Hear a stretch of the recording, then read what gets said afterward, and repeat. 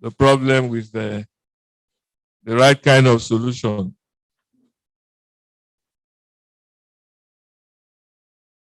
Good morning, Professor Dendoye. Well done, sir.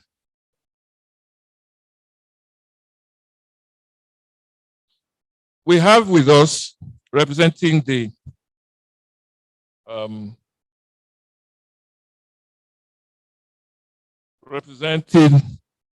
UNIDO representative to ECOWAS, who is also the regional director, Nigeria Regional Office, John B. Bakole.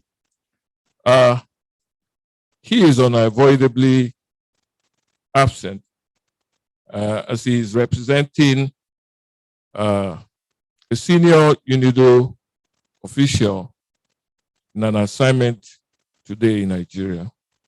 However, he has sent us someone in the person of Mrs. Omolola Odebi, who is also from UNIDO, and she will be delivering his presentation on his behalf. Let's welcome Mrs. Omolola Odebi. You're welcome. Oh, I was looking for our guest speaker, the very first guest speaker of today.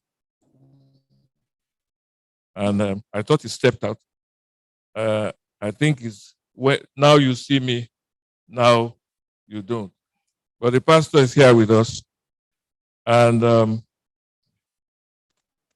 our guest speaker, Pastor Ito Igodalo, is a pastor, an accountant, a thinker, a social reformer, and a writer. He's also a businessman.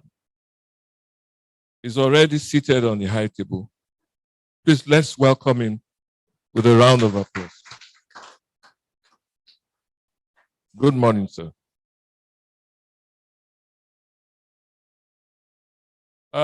If you have not opened your folders, please do. Because we want to work as engineers today. We wouldn't waste time. Time management is one of the things we are taught when we're handling projects.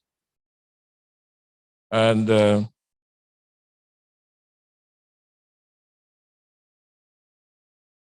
you can see on that program the profiles of our president and our guest speakers. But we're not going to that now. I'd like to call on the national president of the Nigerian Society of Chemical Engineers, the person of Engineer Seidu Mohammed, to give us his welcome address. But before he does so, for those of us who do not know him very well, of course, he's a chemical engineer. He graduated from the prestigious Ahmadu Bello University, Zaria. He's a fellow of both the Nigerian Society of Chemical Engineers and of the Nigerian Society of Engineers. And he was, until recently, the Chief Operating Officer, CEO of the Gas and Power Directorate of the Nigerian Petroleum Corporation, National Petroleum Corporation, NNPC. He's retired, but not tired. He was managing director of the Kaduna Refinery and the Nigerian Gas Company. He was on the board of and chairman of Green Gas Limited, a joint venture between NIPCO and the Nigerian Gas Company. Chairman, NLNG Ship Management Services Limited. Chairman, NNPC Retail Limited. He's also director of West African Gas Pipeline Company, WAPCO.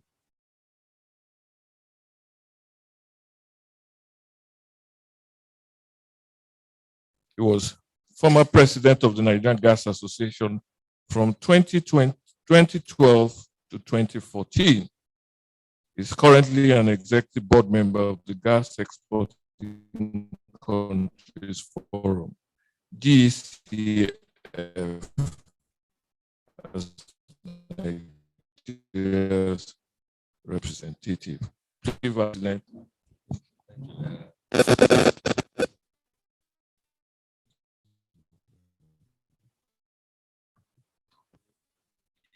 With the permission of the past presidents and distinguished fellows, I deliver my address.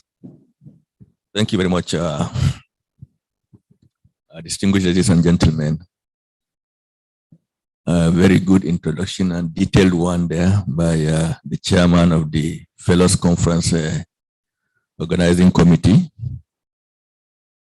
We are starting a little bit, even though we specify 9 o'clock. I'm sure 10 o'clock is not bad, but all we need to do is to recalibrate our reference and make sure that we stick on time as per the program. I understand that some of us are joining virtually. So for those who are out there, a big welcome to you.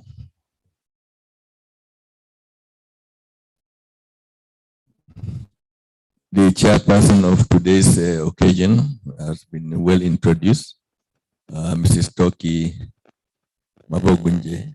I hope I pronounce it well. Yeah. She is president of Lagos State Chamber of my able good friend here, the first speaker, Pastor Igolado. I just realized that we have met many years ago on a different platform. I didn't know that the pastor was also a contractor. So he was looking for a contract from me, which unfortunately I couldn't give him. But then I understand that everything is all going well. The company he represents are forging ahead in the gas business. Pastor, today is not about gas business, it's about unemployment. You are most welcome, sir. Our able friend, Mr. Jean Bakole, I understand that he will not be here with us. But of course, we have a representative, Mrs. Pardon me, please. I have to look for your card. Sorry, ma. Please, but you are most welcome. And I'm sure you will fit in the shoes in such a way that we will not have we shouldn't have any realization of a vacuum. Thank you very much, and you are most welcome. My past presidents here present, and those who are also joining us on the virtual platform. My immediate past president, I'm sure that one is on the platform, Engineer Anyok. My deputy national president, Engineer Tony Obuge. Distinguished fellows, let me also recognize the Fellows Conference Committee led by Kola Badru. Gentlemen of the press and distinguished ladies and gentlemen. I am indeed delighted to welcome you at this 29th Fellows Conference of the Society. Of course, doing that on behalf of the Board of Nigerian Society of Chemical Engineers and the National Executive Council. Please permit me to start by thanking God for making it possible for us to be here, for sparing our lives in spite of all the challenges posed by COVID-19. We are most grateful to the Almighty for not just only shielding us, but also made it possible for us to have a physical meeting today, as we have always dreamt to.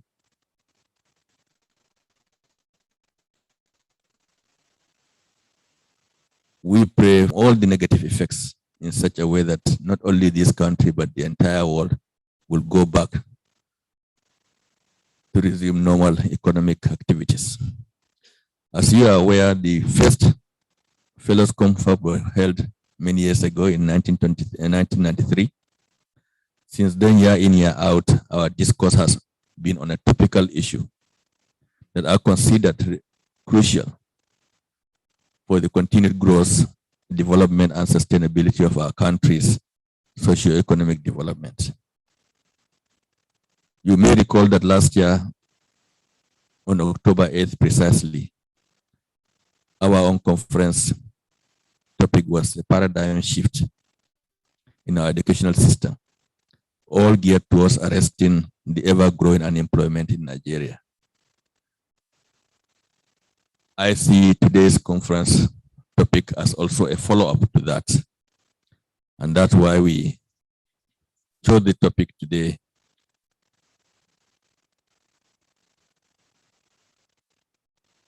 Being the productive engagement options for the youth in Nigeria.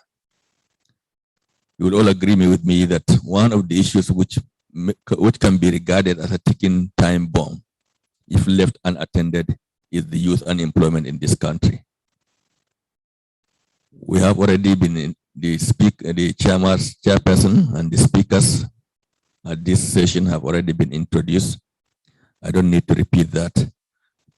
But suffice to say that according to the National Bureau of Statistics, Nigeria is the most populous country in Africa. But not only that, almost 50% of the youth are under the age of 18. The records also show that the number of unemployed youth in Nigeria was about 23.18 million, while another 15.87 million who are underemployed. So giving us a total of 39 million youth, either unemployed or underemployed. These figures are very worrisome, bearing in mind the implications it has and the danger it poses, particularly to the security risks inherent with the restless, energetic youth that are idle. Unemployment fuels crime, in line with the proverbial dictum that an idle mind is a devil's workshop. Of course, the consequences are numerous. We have been seeing them manifesting in our society today in the past few years, and we are still in such an era where security is still a big challenge. The issue of banditry, kidnapping, etc., which have been rearing their ugly faces, are very clear warning signals. It is therefore to tackle this problem seriously before an implosion is experienced. The chairperson of this confab, Mrs. Toki Mabogunje, has a degree in law from University of Ife, now known as Obafemi Awolowo University, a postgraduate law degree in international business law from the University of Exeter, England, and many executive management training courses in strategic organization and management from Stanford, Graduate School of Business, California, USA. Toki, as she is fondly called, also received trainings in SME, policy design, and project implementation from ILO Training Center in Turin, Italy. Value chain development training from MDF in the Netherlands. Enterprise development through value chains and business service markets from ILO International Training Center in Turin, Italy. And several workshops and seminars, all related to the growth of development of MSCs. Over the last 37 years, Toki worked in both private and public sectors. In the year 2000, Toki founded the firm, Toki Mabogunje and Company, TMC for short. And over the last 20 years, brings skills, training, expertise, and experience to bear when consulting with clients seeking to grow their market share in Nigeria, Africa, or elsewhere globally. Toki is active in business organizations of the organized private sector in Nigeria. She is president of the Lagos Chamber of Commerce and Industry.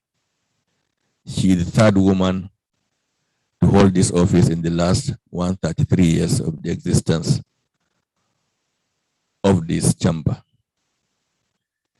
In recognition of her contributions, various associations have bestowed Toki with various awards. Among these have been the Outstanding Volunteer of the Year Award by Faith Foundation in 2003, Award by Volunteer Corps in 2008, the Outstanding Mentor of the Year Award in 2009, an Achievement Award by Ghana Association of Women Entrepreneurs, GAWI, in 2009, for shattering the glass ceiling, and several others. Toki is married to Nsche, and they have 2 grown sons. Madam, you are most welcome.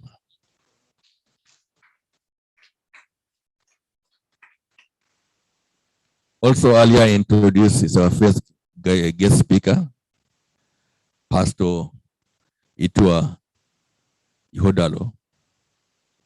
He is a pastor, an accountant, a thinker, a social reformer, a writer, and now, if I will add, also a gas industry man. He attended the prestigious King's College Lagos, the International School, University of Ibadan, and obtained a BSc combined honors in economics and accounting in 1982 from the University of Hull, England.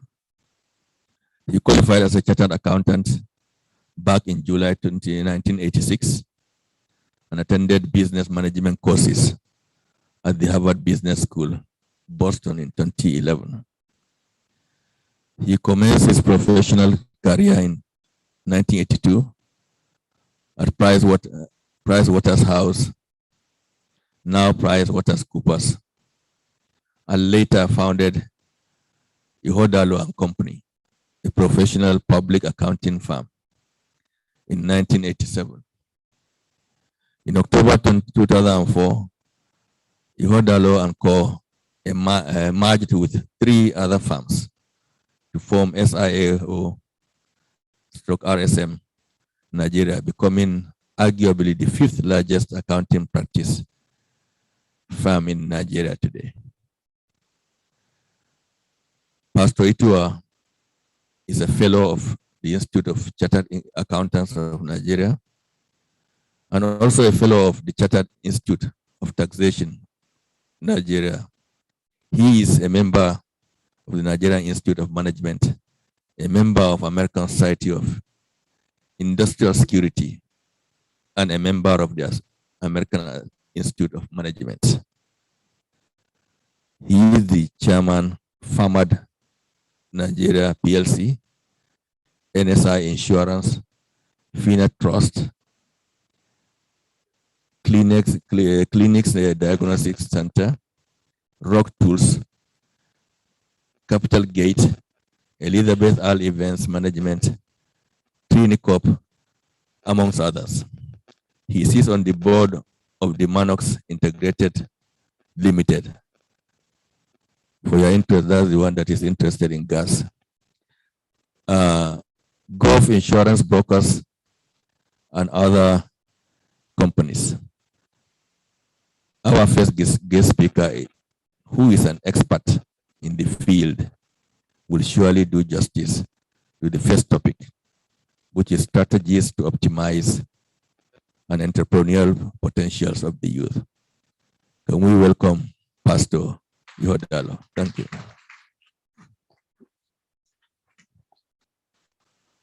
Our second speaker, who is unavoidably absent, but they're represented, will still go ahead and introduce him. He is Mr. Jean Bakole, a National and Democratic Republic of national of Department DRC, is the regional director of United Nations Industrial Development Organization, UNIDO, and representative to Nigeria, DR Congo, Mali, Burkina Faso, Niger, Benin, and in fact the entire ECOWAS. He is representative in Abuja. He has been there since 2017. Prior to the above position, he worked as UNIDO's regional director, a representative to Ethiopia, Uganda, Rwanda, Burundi, African Union, and United Nations Economic Commissions for Africa in Addis Ababa, Ethiopia, from 2012 to 2016. Prior to this assignment with UNIDO, from 2007 to 2012, he was director of UN Habitat Representative Office to the European Union in Brussels, Belgium. From 2001 to 2006, he served as senior advisor of UN Habitat Executive Director.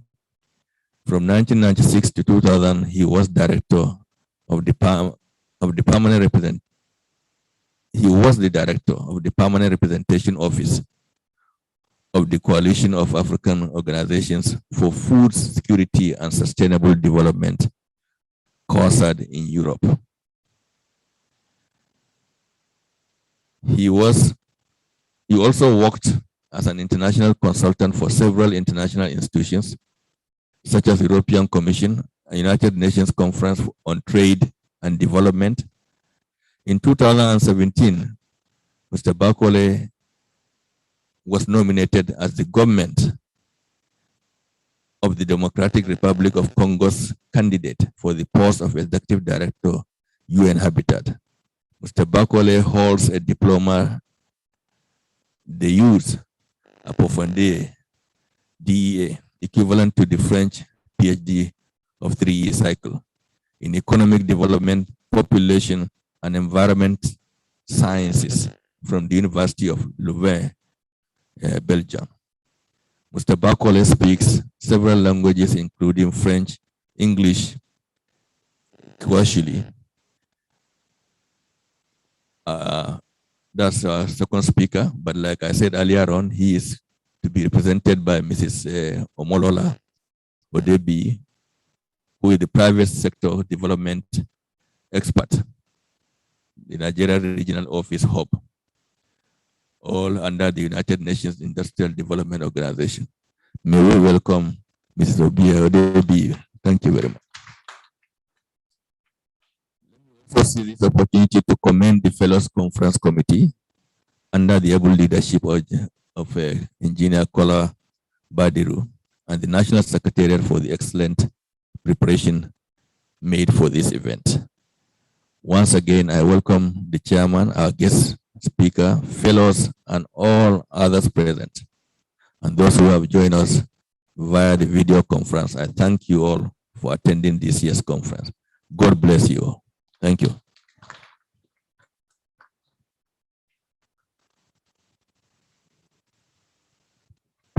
Please, let's give our president another round of applause.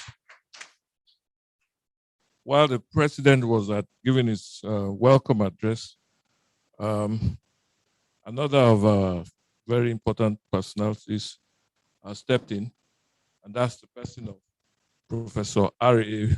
Bello, the immediate past Vice Chancellor of the University of Lagos. You're welcome, sir.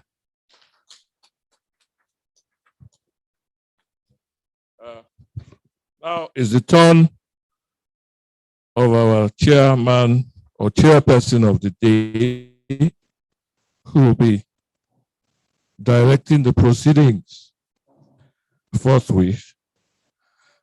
And oh, okay.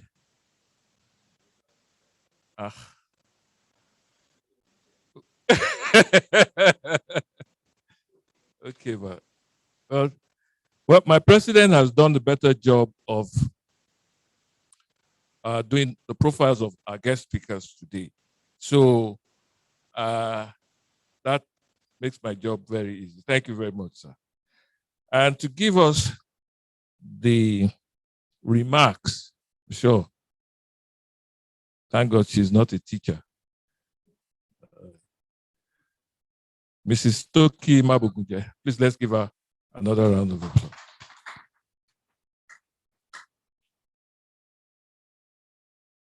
Thank you very, very much. Good morning to you all.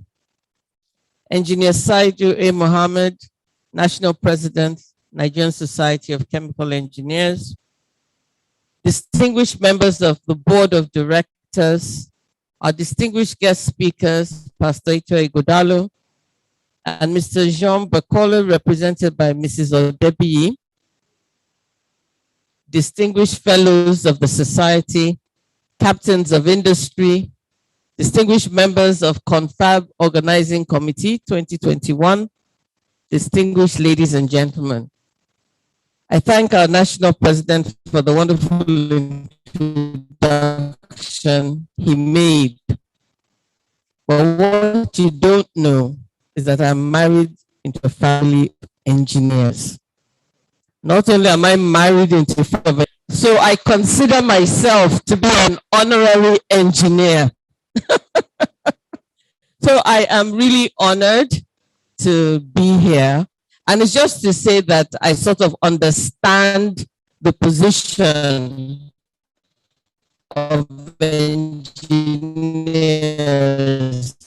in the business ecosystem that we have to chair this year's annual conference of the Nigerian Society of Chemical Engineers. It is also my pleasure to make the opening remarks at this 29th Fellows Conference with the theme, Productive Engagement Options for the Youth in Nigeria, organized by the Nigerian Society of Chemical Engineers, a division of the Nigerian Society of Engineers, Nsche. This conference provides a platform for technical experts and executives in the academia, industry, and government to deliberate on issues of importance to the engineering profession and on ways of improving engineering practice in Nigeria. To engage in a discourse about productive engagement options for youth in Nigeria, we should understand that labor markets are undergoing structural changes globally, including the onward march of technology and automation, the impacts of climate change, demographic changes, the evolving nature of employment relations, and growing inequality. Today, over 63 young people are unemployed across the globe, and 141 million youth are working, yet living in poverty. Sub-Saharan Africa continues to report the highest youth working poverty rates globally, close to 69% as of 2017. So with COVID-19, we can imagine just what the numbers are. Here in Nigeria, with an alarming unemployment rate of 33.3% as at Q4 of 2020, we need programs and projects that enhance our innovative, dynamic youth to unleash their latent potentials for the benefit of our nation. Recent figures from the National Bureau of Statistics reveal that the number of persons in the labor force, that is, people within ages 15 to 64, who are able and willing to work, was estimated to be 69.7 million. This was 13.22% less than the number of persons in Q2 of 2020. This already tells the story of the large part of the labor force that lost their jobs since the pandemic started. Looking at the total labor force, those within the age bracket of 25 to 34 years were highest, with 20,091,695, or 28.34% of the labor force. This is the estimated number of persons with the economically active population or working population that are available and able to work. This implies that as of Q4 of 2020, only 57.09% of Nigeria's economically active population were actually in the labor force. The National Youth Survey of 2021, released by the Federal Ministry of Youth and Social Development in collaboration with the National Bureau of Statistics, showed that nationally, the Southwest had the highest number of youths in employment at 29%, followed by the North Central with 25.9%, and South-South had 17.2%, while the Northeast had the least with 5.7% of their youths that are in employment. Looking further at which sectors engage more youth, the report revealed that most of the youths were employed mostly in sectors such as manufacturing, construction, electricity, real estate, oil and gas, etc. It is worthy of note that in all of these sectors, engineering practice plays a vital and major role in production and service delivery. The government at all levels should consider engaging more Nigerian-based engineering firms to public sector projects. These firms, in turn, will engage more youth in their projects and thereby create jobs for our youths. We must recognize that engineers have completely changed the world we live in.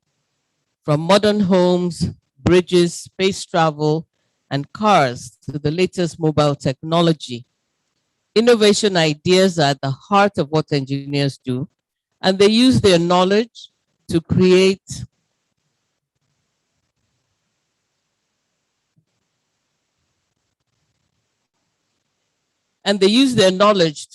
new and exciting prospects and solve any problems that may arise. Apart from the banner shell.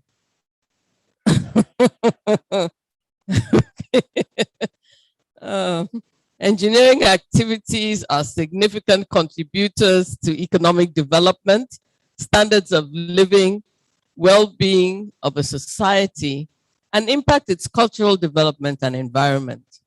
Engineering is very closely linked to technology and the rise of it, which is why it has played a huge part in technological advances, including computers, hospital machines, the internet, and more.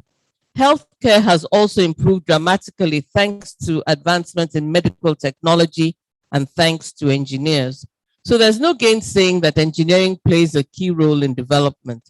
As such, there's an important link between a country's engineering capacity and its economic development.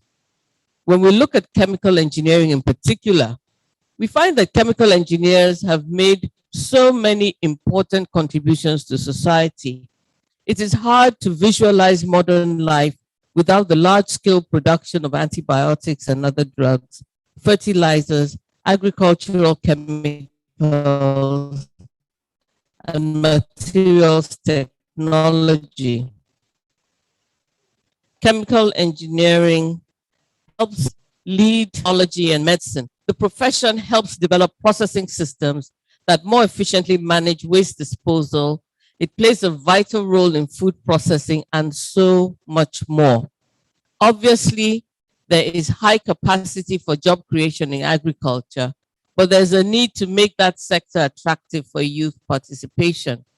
As of the second quarter, its gross domestic product, agriculture contributed 23.78% to the real GDP.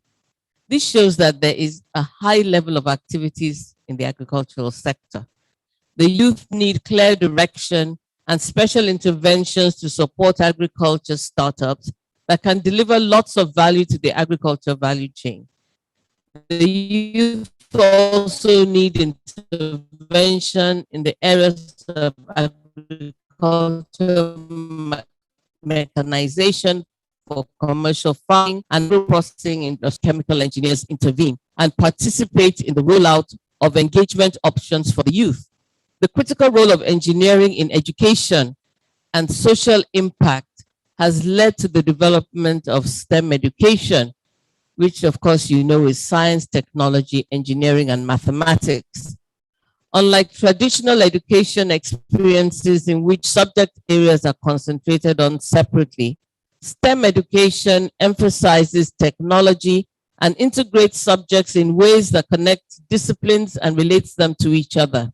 It engages students and equips them with critical thinking, problem solving, creative and collaborative skills, and ultimately establishes connections between school, workplace, community, and the global economy.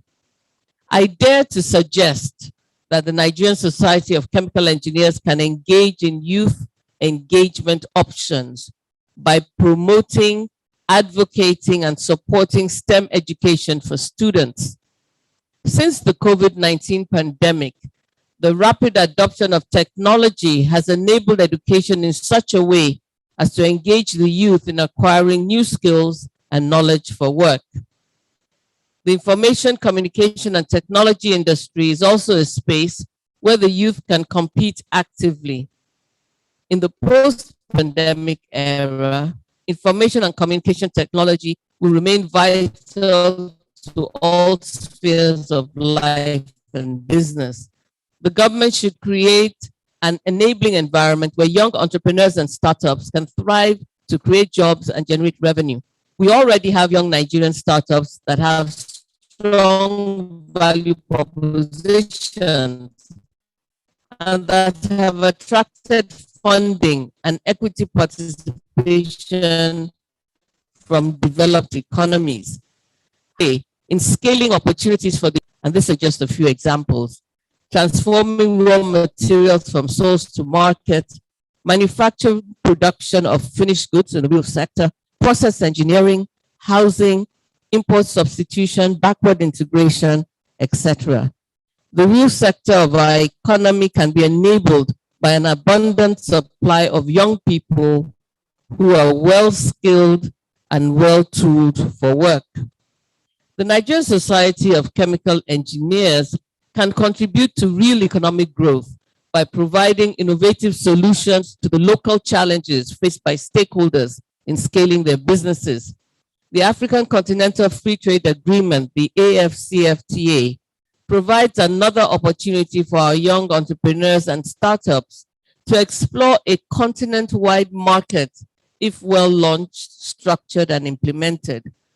The Brookings Institution sees Africa's economic size rising to $6.7 trillion by 2030 from $3.4 billion in 2019 on the back of a well-implemented AFCFTA. A successful AFCFTA requires the active participation of Nigerian youth in the implementation process. We therefore need to prepare, equip, and put in place a framework that will help our youth improve and upgrade their skills for the much needed growth of our manufacturing, agricultural, healthcare, and other areas where your society can make the most impact. You are the ones who hold one of the keys to Nigeria's prosperity. So while I congratulate the society for organizing the 2021 annual conference, I challenge this society to take up the mantle and rise to the challenge of contributing significantly to our nation's prosperity by participating in upskilling and retooling our youth, while also intervening in the industrialization of our economy through innovative, homegrown solutions for the scaling of our businesses. Let me also fly the kite that your society should push for the implementation of local content across all sectors of the Nigerian economy and ensure that Nigerian engineering firms are included in big-ticket projects of government at all levels. I urge all the participants here to use the opportunity of this conference to network, learn new industry trends, share valuable insights for enhanced professional practice towards the industrialization of our economy through youth participation. On that note, I thank you all for your attention, and it's wonderful to be here. Thank you very much.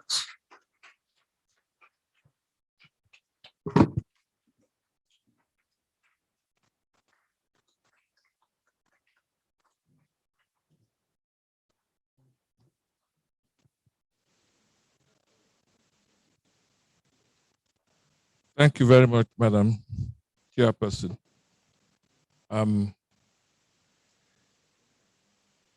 Well, we have to move on to the next item.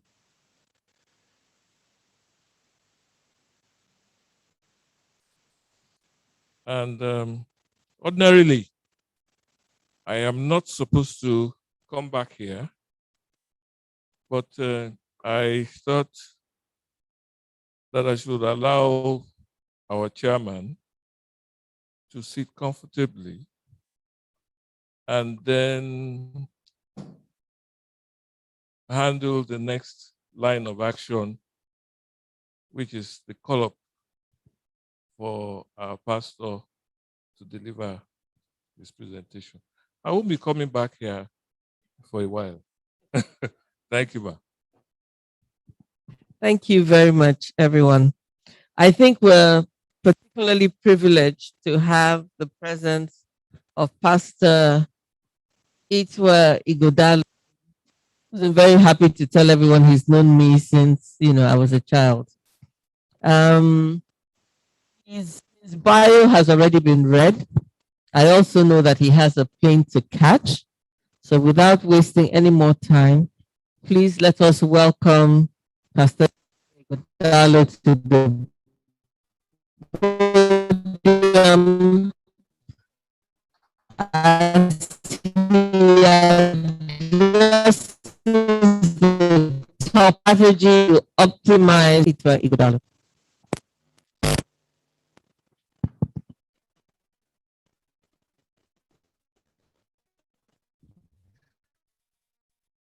Well, good afternoon, everyone. They've introduced you. I know I'm in the right place. Well, my dear President, thank you very much for that very warm introduction. Well, it would have been better if you gave me my contract. So today I'm not going until I get that contract from you. Thank you very much for your warm introduction and your warm reception and your really brilliant mind. It seems not to forget things. Immediately we spoke, he picked up my number from his phone. I said, it's not just to be staying in your phone, that number. That's what I was thinking to myself, of those things. But it's very tough to do things in Nigeria, very, very tough. But this is part of the challenge of our society. So, Mr. President, I congratulate you and I wish you the very best in your tenure as president of this great and wonderful institute, the Nigerian Society of Chemical Engineers. This is your 29th Fellows Conference, and I want to thank you all for inviting me to be here. And not just that, for the topic that you have chosen to center your conference on, that is the engagement of the youth, the engagement of the youth. You've asked me to speak on the entrepreneurial potentials for the youth, maybe because I look like a youth, but I must tell you that I am 60 years old as of April this year. I went somewhere yesterday, you look so young. I smiled. I said, it's just the grace of God that makes me look young. Her husband and I grew up together. He was my, we're schoolmates in primary school and also schoolmates at King's College. And as 14-year-olds, he was maybe 14, I was 13, or he was 15, I was 14. We left Lagos at 8 p.m. and took a bus back to Ibadan. I don't know if you ever told you this story. And then as we were going down the bus, we looked down and we saw that the bus had no undercarriage. And he said to me, Tabajabo, if we fall into the...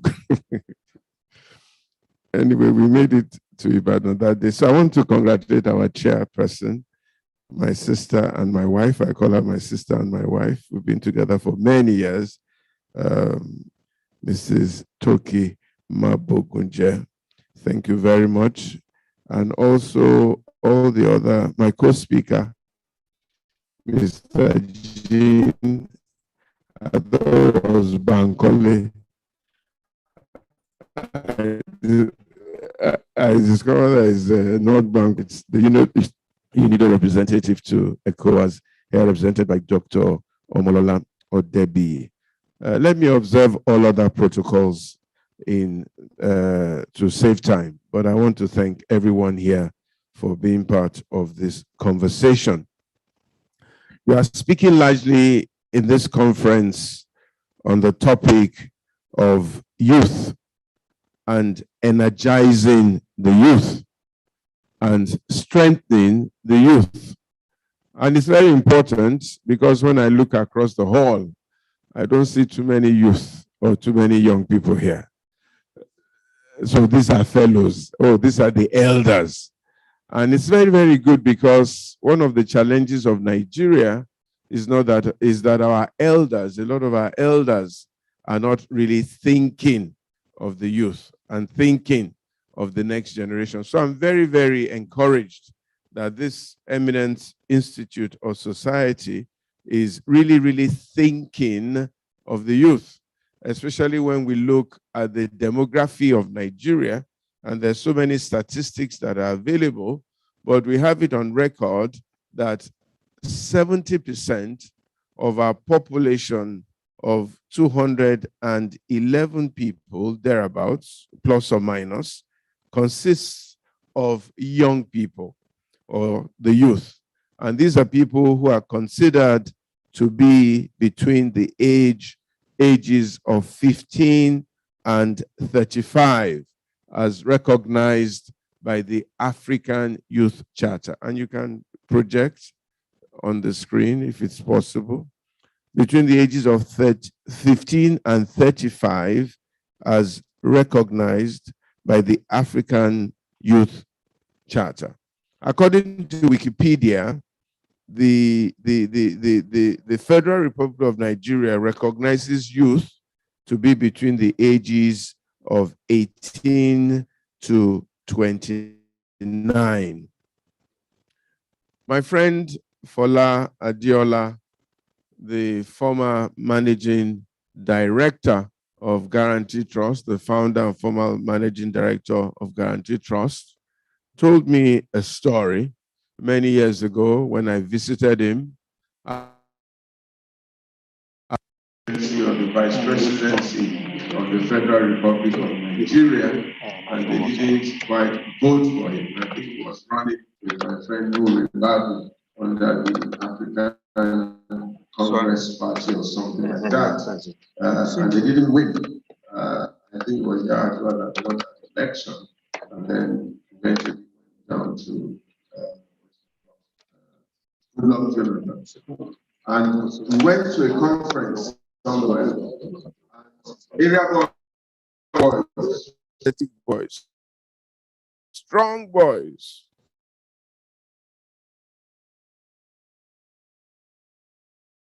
accosted him and were asking him for money. So he said, I'm not giving you money. I'm not giving you money. So why do you want money? They said the economy is bad. Say, hey, the economy is bad. You voted the people in and they're giving you bad economy. What did you vote them in? And he says the reply that they gave him shocked him. He says, well, they didn't know. He says they told them to vote this way and they voted this way. And it is what they told them to do that they did. And therefore, they had no idea what they were doing. And now the effect of what they had done is now affecting them, the national economy and their own private economies. And he says it gave him a lot of food for thought as to the situation and the circumstances of a lot of our people, especially the young people in Nigeria at this time. My statistics tells me that about 13.9 million people are unemployed. But what our president read out was that about 23.1 million people, according to the National Bureau of Statistics, are unemployed in Nigeria. That means a little bit over 10 or 15%. Well, people are saying it's much more than that. Then there's the category called the underemployed. That is those who are working below par. That's another 15.9 million or so of them. And then we have about 10.1 million people who are totally out of school. And those are the statistics that we have in a nation that has no statistics whatsoever. I think the figure is probably nearer 69, I think you said 69, or maybe 70% of our people are either unemployed or underemployed. I grew up in a beautiful city called Ibadan that I am now a little bit afraid to go to because you don't know what will happen to you between Lagos and Ibadan. The first thing is that you don't know how long the trip will take, depending on what's happening on the expressway. The second thing is that you don't know who will stop you on the way and prevent you from getting there. The first time that I realized that Nigeria really had a problem was for the first time in my life, I was afraid to go to Ibadan because I didn't know I would get there. This is the Ibadan I've been going to for the past 59 years without thinking. This happened to me about 3-4 years ago. And for the first time, I started looking for security to escort me down to Ibadan. Ibadan that I used to go to at any time of the day or night because it was just down the road from Lagos where I worked and Ibadan where I grew up and where my parents lived and died. So I knew that really we had a serious challenge in Nigeria. And then one of the trips I was taking down the road to Ibadan, we get to a place called Ogere. And I see a lot of young, energetic, strong people running up and down, running up and down, running up and down, selling bread and selling ipekere and selling bananas. And my heart broke. My heart broke because they were totally underemployed and underengaged. As a matter of fact, one day I was coming from Benin, and my sister and I, we stopped by a petrol station, and I saw a lady selling a whole tray of things. And I turned to my sister and I said, I can assure you that this lady has been here since 6 a.m. trying to sell these things. And this is 10 a.m. She still hasn't sold much. She says, how do I know? I said, my spirit tells me that that's what she did. So I called the lady. And I said, Madam, how long have you been here? She says, I got here between 6:30 and 7. But I woke up at 4 a.m. Woke up at 4 a.m., fried this little ipekere, came here.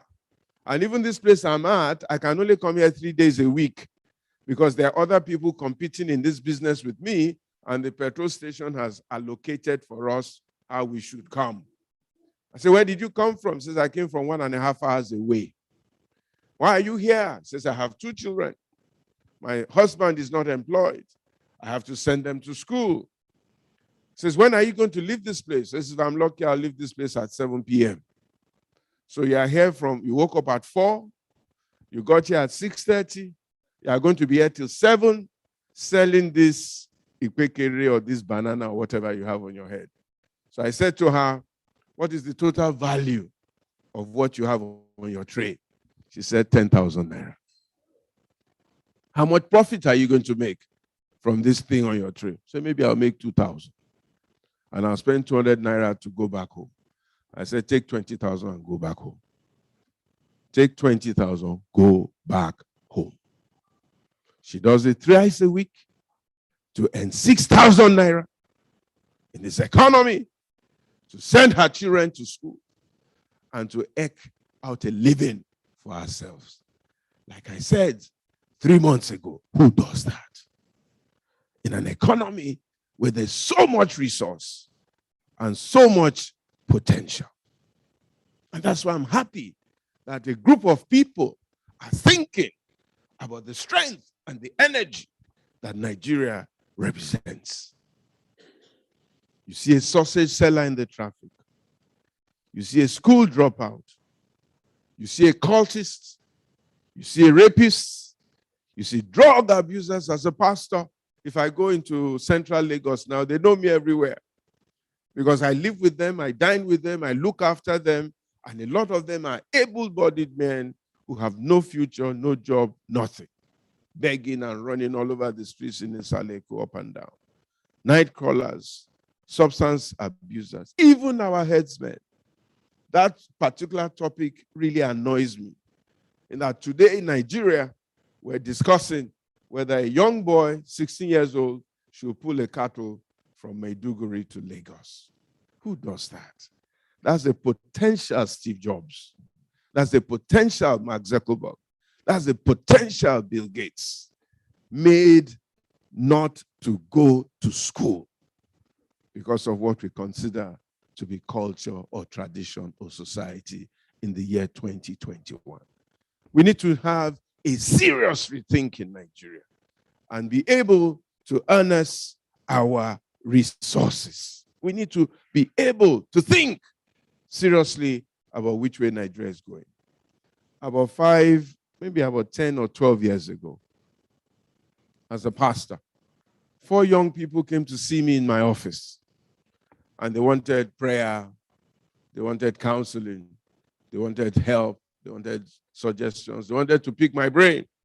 So I allowed them to pick my brain. And then after a while, when they had exhausted me, I said, by the way, what do you people want to become when you grow up? They must have been between the ages of 17 and 19 or 17 and 20. They were probably undergrads in the university. And I thought they would tell me they wanted to become doctors or become lawyers or become chemical engineers or become, they would even honor or amuse me and say, we want to be a pastor like you. But I was shocked at my answer. The first one said, I want to be a soldier. A soldier.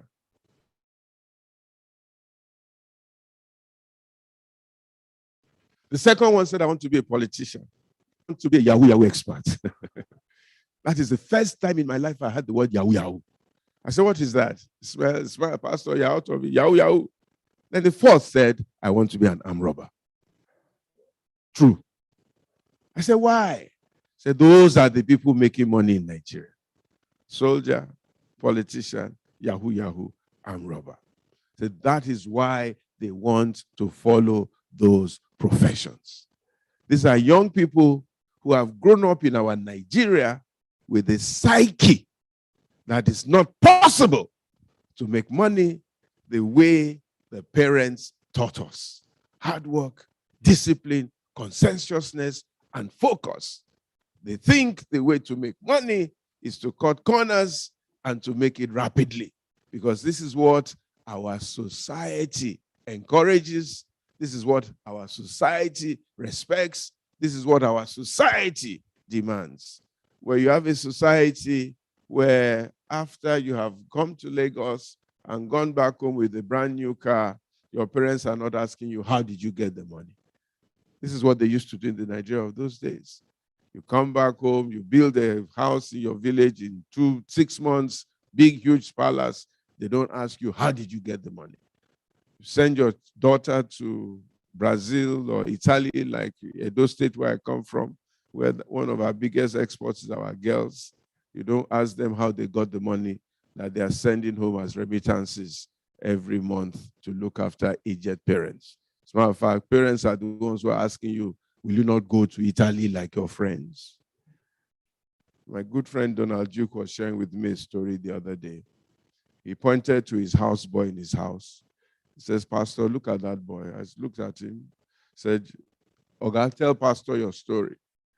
The guy said, you want me to tell Oga my story? He said, yes. He said he left Benin about 2 years ago, he and 19 people, to cross the Sahara, to head to Spain, to look for new grounds. And they walked through the Sahara, 19 of them. And the most valuable item in that journey was their urine. It says every night they will wee and put it in a bottle. And as you wee-weed, you kept your bottle, you slept with your bottle, because people could steal that wee-wee. It was so precious, because that is what you would drink the next morning to ensure that you could make the journey. So by the time they got to Spain, There were only 6 of them left from a 19 group people. Meant that about 11 of them had died, or 6, whatever number had died on the way, only for them to get to Spain, and they repatriated them back to Nigeria. True story. This is what Nigeria is doing to its youth. And the other day, our Minister of Labor was saying, our doctors can go. They can go, Jerry. When they go, they start exporting money back to Nigeria. When in this country, we don't have enough doctors to look after a headache. So we need to rethink, and I'm happy that you are rethinking and looking at how we can engage our youth. And what I'm hearing you say, or what I'm saying on your behalf, is that if the government won't do it, we should do it. We're coming to a stage in Nigeria, quite frankly, where we have to take our destiny into our own hands, and it is possible. It is extremely possible. Because there's a consequence to the lack of youth engagement in a country which was usually or previously powered by youth. Obafemi Awolowo was only about 45 when he became Premier of Western Nigeria. Agu Ironsi was 42 when he became the head of the army. General Gowon was 31, going on 32 when he became head of state. He wasn't even married. Olusegun Obasanjo was 39 in his first term and 62 in the second. Our dear friend Muhammadu Buhari was 41 when he became head of state. Adeyinka Adebayo was considered to be old in that generation, was 38. Akintunde Aduwo was 28. D.H.S. Spieth was only 24, 25 when he became military administrator of Rivers State. In fact, in his own words, he says he was enjoying life in Ibadan. He was racing his car in Liberty Stadium. He was racing with his friends. 24-year-old young captain from the Navy, just enjoying life, chasing girls and racing his car. When he got a signal, come to Lagos, come to Lagos. To do what? Go and be governor of Rivers State. Only 24. Jemmy Bomo was 35. Yahaya Bello, the present governor of Kogi State, is 46 only. Dimeji Bankole was 37. And on and on and on and on and on like that. But they have, over the years, become elderly. And that transition into a younger generation has basically not happened. And this has led to ignorance, disenfranchisement, anger, which epitomized itself in the recent NSAS movement that we're recognizing this month. Young set of people. You know what really bothered me about that NSAS movement, to be honest, even though I did give them my support, was that how could so many people remain on the streets for so long? They were there for almost 2 weeks, and it had almost turned into a party. And they were there regularly every day, COVID regardless.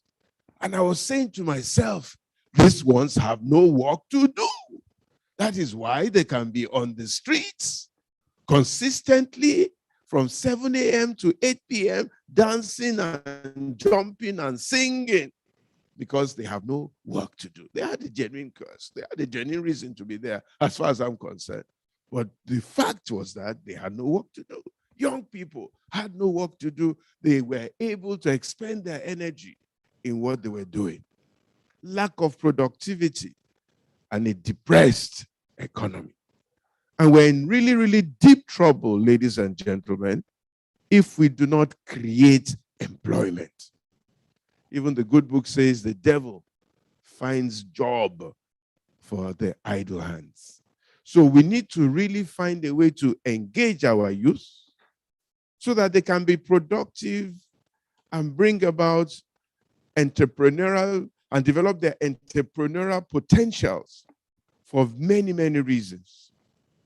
The youth are the bedrock of societal development. By God's grace, the youth will outlive the older generation. It's difficult for people to plan for a future that they might not see. The youth are the ones who have the energy to carry out meaningful development. The youth are the ones who can give us the strength where our legs cannot go. The youth are the ones who can be part of military and defend our national integrity. The youth are the ones who have the energy for entrepreneurship and the energy to lead a dynamic progress. You know, like I said, I am 60 years old now, and sometimes in my church, they try to push me a little bit, and I tell them, wait, I am 60. Say, but Pastor, you used to do this. I say, yes. There was a time when I could do 5 vigils a night, 5 vigils back to back a night, but now be careful. You are dealing with a 60-year-old man. You can't expect me to do what I was doing when I was 35. Now when I'm 60, the body just tells you that it is not possible. The other day, I tried to bend down to pick something from my wardrobe, and my back just went crack. I said,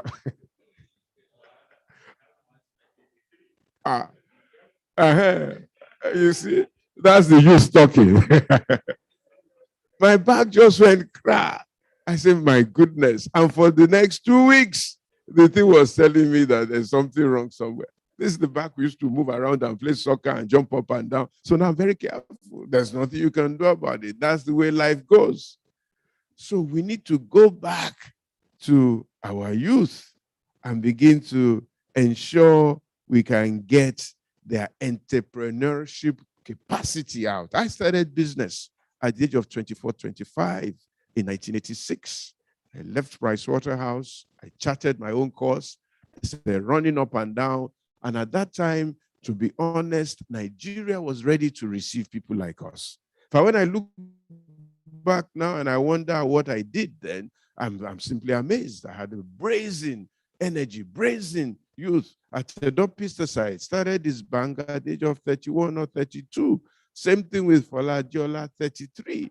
Same thing with Adekoye and people like that. Young people driving an energy, driving an economy, running up and down and doing things that they needed to do. But today, our economy and our society just does not create the space for them. How do we ensure we can engage our youth productively and bring about their entrepreneurship and the entrepreneurial capacities? Number one is education. Education. I was on channels the other day on Independence Day, and they were asking me questions about the economy. And I said everything rises and falls on leadership, but the foundation for leadership is education. And I was surprised that a professor who was on that panel too was saying, well, education is not that important. How can education not be important? The Bible says, my people are destroyed for lack of knowledge. Once you don't have knowledge, you don't have anything. What makes the difference between a man who is and a one who is aspiring to be is what they know. You know, there was a time, there's a joke I crack in my church. A guy bought a set of equipment. And after he had worked the equipment for some time, the equipment broke down. So he started looking for somebody to repair the equipment. He went here, he couldn't find somebody. He went there, couldn't find somebody. He went there, couldn't find somebody. So eventually, an elderly man showed up. And the man looked at him. This time, his equipment had been down for 6 months. And he had lost maybe 50, 60, 70 million naira or whatever from down tools. So the old man came, looked around the equipment, walked around the equipment, picked up an hammer, hit it on one side. Ko. So just 5-minute walk around. So he told the people, start. They started. Didn't quite start. Hit it again. Then they started. And the machine roared into life and started pumping. The owner was excited. Papa, you saved the day, you saved the day, you saved the day. Say, what is your bill? Anything I will pay. The man said, $1 million. Baba, you're a thief. Only. You're a thief. You're a thief. I got $1 million. What did you do? You walk around the machine 5 minutes, you did co, and you're sending me $1 million. What's that of $1 million for co? Ah, $1 million. No, I can't pay you. Baba said, no problem. If you don't pay me, no problem. But my bill is $1 million. For doing co. Ah, no, I can't pay you. All right, don't pay me, but that is my bill. Your machine has been down for the past 6 months. You've not found anybody to repair it. I come around and I repair it. And you say you don't want to pay me for co. Oh, you better pay me. Otherwise, I can shut your machine down again. Say, okay, Baba, give me the breakdown of your bill. What's the breakdown? Say, okay, no problem. I'll give you the breakdown. He says, for doing co, $1. Co is $1. For knowing what to do, $999,000 for knowing what to do. For doing co, $1. No problem. But for knowing what to do, your machine has been down for 6 months. You didn't know what to do. Knowledge is power. What separates, what makes me stand here is because you think I have some knowledge.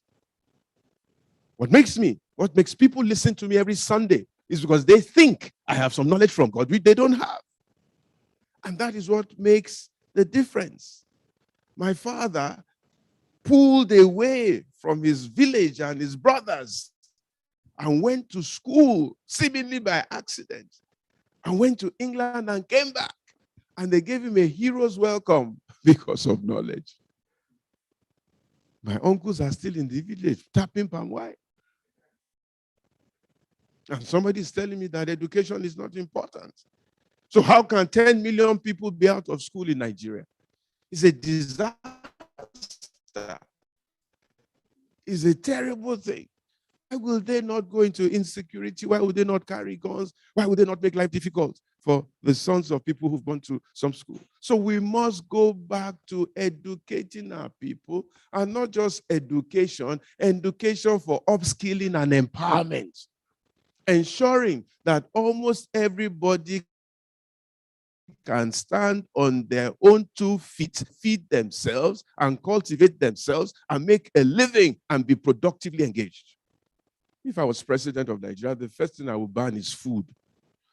If we cannot grow it, we mustn't eat it. And if we can eat it, we must grow it. You can have an economy where most of your food and your raw materials come from abroad. Meanwhile, most of them are here. They are here. You cannot plant yam in your backyard, export the yam, and bring back pounded yam, and then eat it in Ekiti. They pounded the yam in London, sell fridges, and then you eat it in Ekiti. We can't do that, but that's what we're doing in Nigeria. That's what we're doing with our oil. We export our raw oil, it goes to America, and then we import petrol. I mean, who does that? We don't do that. You can't be pounding yam in Lagos to eat it in Abuja. If you can't pound it in Abuja, then don't eat it. And these are the things we need to get our youth engaged in. They must be educated. The second thing we must stop exporting is our people going abroad for education.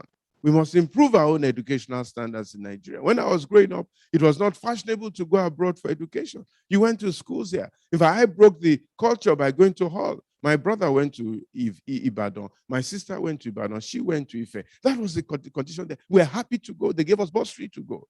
But now in Nigeria, every day we send people abroad for education. We send people to Ghana, send people to Togo, send people to Sierra Leone, and places that used to come to us. So we need to think about it again. All these places can come to us. The third is healthcare.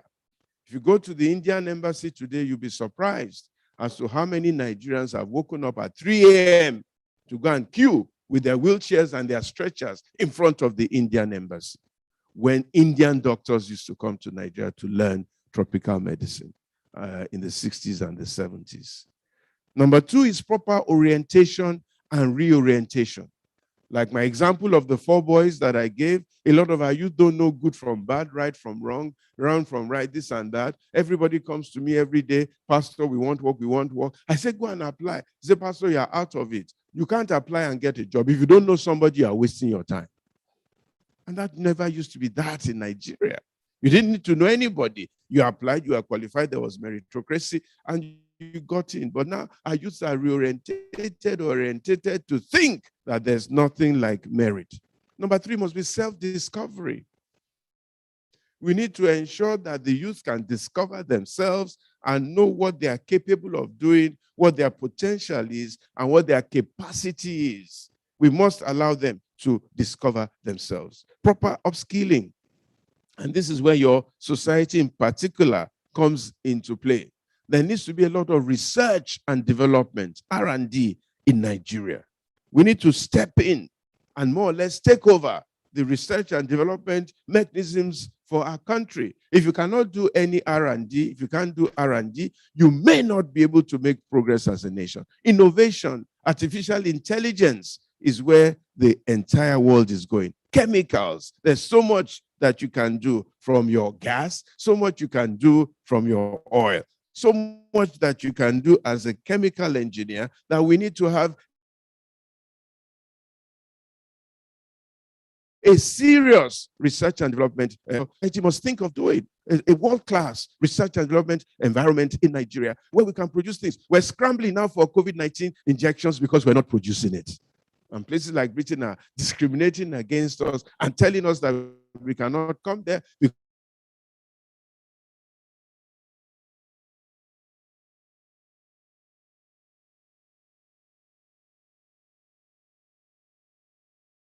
because we don't have any R&D. The other day, they were asking the wrong people this type of in 25 years. A certain type of, and she brought it to the assembly to show the people that this is what they've been doing with government votes of many years. We're not serious in Nigeria. And one of the problems in Nigeria is that we're not serious. We've not been pushed to the wall. We're not ready to get involved. After this conference, everybody will go back to their homes, enjoy their families, next conference, and nothing will happen because we're not serious. We haven't gotten there. And therefore, leadership can take advantage of us, tell us anything they like, push us any way they like, and do anything they want with us, and then we'll go back and we'll stay in our corners. Today, that my cousin, 68 years old, shut down her school teacher, her husband, 73-year-old retired military officer, they packed their load and they escaped to Canada. Who does that? 53.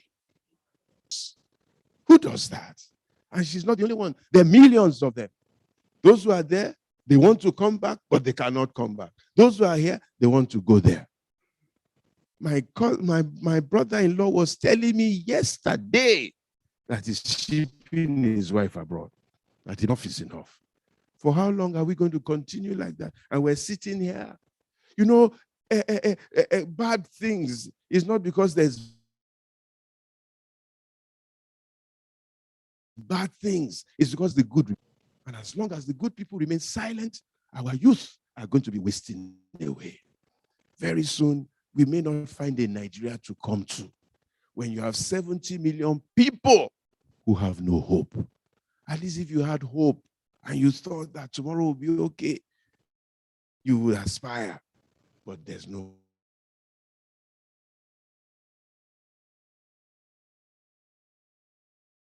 hope.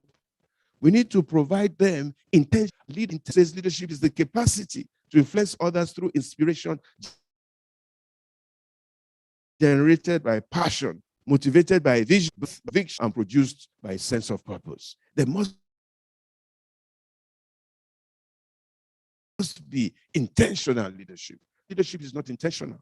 And that is where societies like yours come to play, where you must provide this leadership, at least in your own sphere of influence, and make sure that you can serve Nigeria better.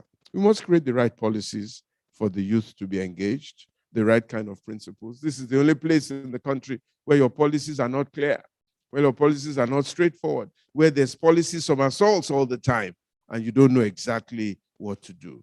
Like Toki said, We must ensure that there's much more local content in almost all the things that we do, even in this country at this time. We must insist on morality, ethics, and creating the right culture for our youth, harvesting and redirecting their positive energy through participation in the areas where they find their interest. We need to look at what sports has done for our youth. We need to look at what entertainment has done for them, even from lack of support, that now everywhere you go, all over the world, you keep hearing Nigerian music. Video, this, of the lack of, and places like that that are attracting enormous amounts of foreign exchange being done here in Nigeria. We must ensure that we encourage them, we create the environment for them, we create tech hubs for them, we create research centers in chemical research, and so on and so forth. If we can get our chemical industry right in Nigeria, there's nothing we cannot produce. There's bitumen in the ground coming out of the place. There's all manners of minerals. I'm told there are about 30 of them that are just not being looked at. Meanwhile, we're just all focusing on oil, which is a dying product. In another twist, nobody talking about oil. Even aeroplanes might be flying on solar energy if we're not careful. All over the world, and nobody buys a car brand new now that's running purely on oil. It must have at least a mixture, a hybrid of gas and solar and battery and oil at the very minimum. And we're just focusing there in Nigeria as if that is the be-all and end of it all. Meanwhile, there's agriculture. Meanwhile, there's hides and skin. Meanwhile, we grew up on cotton. We grew up on cocoa. We grew up on so many things here in Nigeria that we have totally forgotten about, and they are wasting in the ground.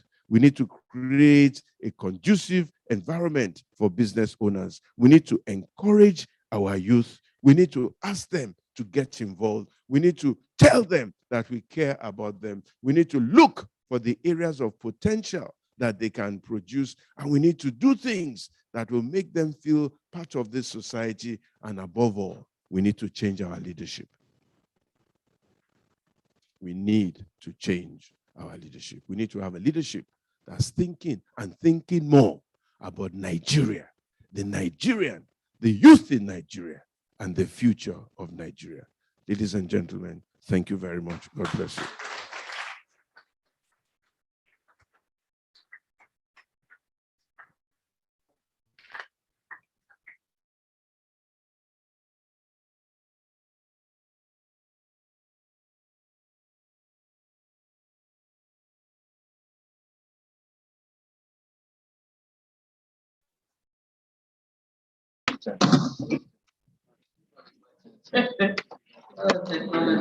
All right, so thank you very much to Pastor Nsche Godalo.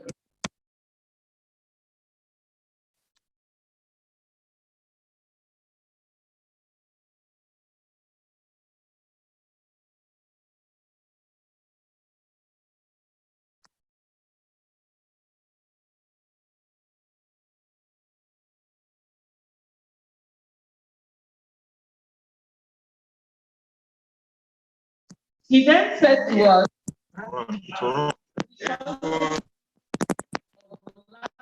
of youth engagement.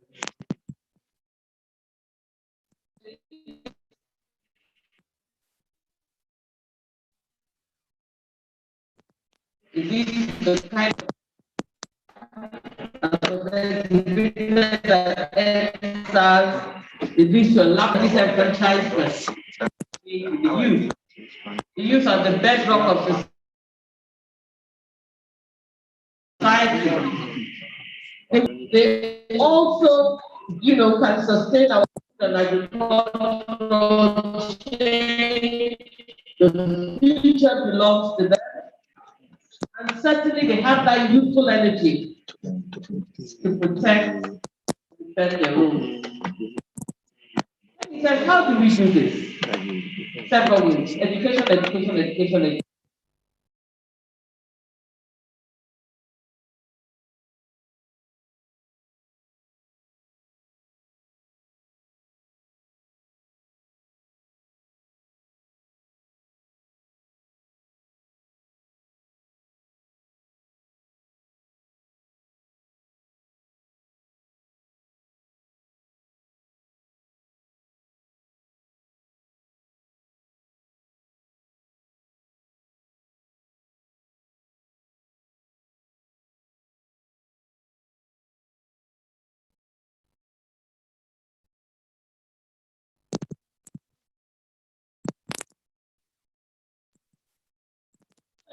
And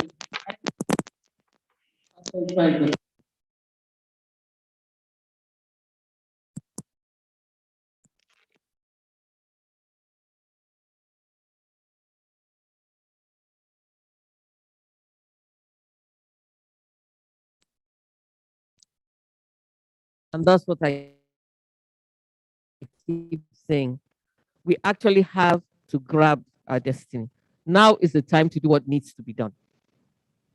And with all that he listed, one thing that was glaring is not a matter of money. It's a matter of intention and commitment to the cause. Pastor,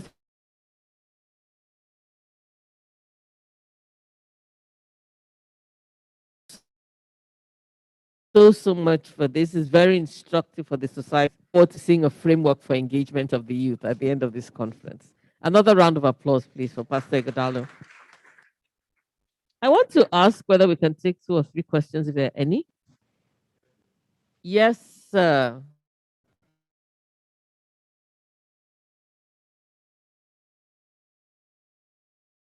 Microphone needs to walk out to that place.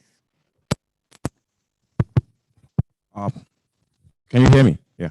Thank you very much, Pastor Itwa. My name is Jide Anubi. I used to work for an MPC, but now I'm trying to take care of the youth by working for myself and employing them. Thank you, Pastor. You're looking at me. I know you very well. I'd like to make a correction in your bio, just a short one on the light side. You said you went to the prestigious King's College, Lagos, followed by, I didn't like the way it was written. I think you should have also written, you went to the prestigious King's College, Lagos, and then the very prestigious International School, Ibadan. I think not affecting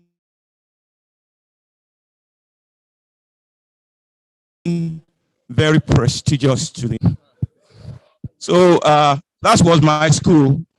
So I thought they should have prestigious too. And naturally, I didn't see you. Welcome, sir. I'd like to just thank you for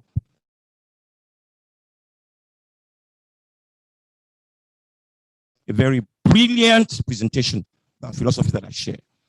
But I think I want you to respond to this. When I was growing up like you in Ibadan too, Bafemi Awolowo and his group, they provided good leadership. And in addition, they set up infrastructure that allowed the citizens to evolve. If you were a farmer in the West in those days, you had support from government. So it will appear to me, the development of a nation is a top-down thing, really. The leadership must be right, and that will translate to the inspiration of the citizenry. That's the way it works all over. Albeit, I've lost track.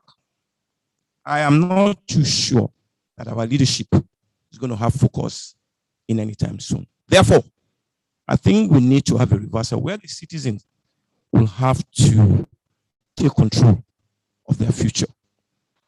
Just to put this in context, I'm glad Engineer Nsche is there. I have a son, his name is Deji. He's a lawyer. I trained him in Leicester. Came home, no work, nothing. He went into production of juice. In the fact, I live in BGC at Jongotedu, and we set up a factory. And the factory had problems. Engineer Nsche came to visit us. And he counseled Deji and I that, Jide, you guys need to make this business a family business. And to God be the glory, sir. Deji has done that, and we're proud of him. He's a lawyer, but today, it's clear to me that the orientation we had, where we became chemical engineers, doctors, and all of that, and we learned field mechanics and all the Professor Ogunye taught us, those things may not work for now. There's a reorientation whereby education, I support it, but after being educated, you need to have vision as to what your education can provide. Sir, Deji's juice business is running. He's a lawyer. We provide him support. Now, incidentally, that guy is also processing snail. As I speak to you, he's at the airport now, exporting processed snails to the UK. So it will appear to me the youths themselves will have to garner all they've learned and open their mind. if you're a chemical engineer, it doesn't mean that's the only area where you can, succeed. So I'm saying we are entering a new vista of things in this country where people cannot just, because I'm a lawyer, I must go to court. No, you're a lawyer, you are well educated. Thank you very Therefore, much, sir. open your Thank mind. you. Thank you very much. Thank you very much, sir. Thank you. Sir, we will take your question and then he will answer both. Oh, one more. Can we take 3? Okay, we'll take just 3. So here and then in the back. Chairman, my president, Pastor Godalo, I have just one question. I have just one question. How do we change our leaders? How do we change our leaders? Because everything he said, I agree with. But how the NSAS couldn't change them. How do we change our leaders? So you are still a youth. I'm 80. So you are still close to them. My son and his wife are part of NSAS. I didn't know. So how do we change our leaders? And they must go, whether they are Igbos, they are Yoruba, or Hausa, or what, they must go before we make progress. Thank you. Thank you very much, sir. In the back, sir. The last question.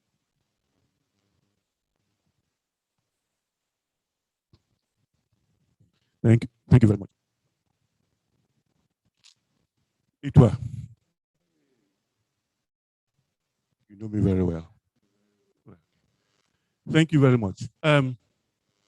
We all agree that we have a problem. We all agree, as well, if it was said, 19 people wanted to cross the Sahara, and they had problems.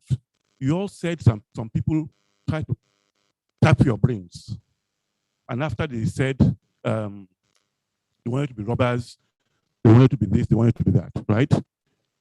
And we all agreed that the issue of changing all that is dependent on us who are older. Is there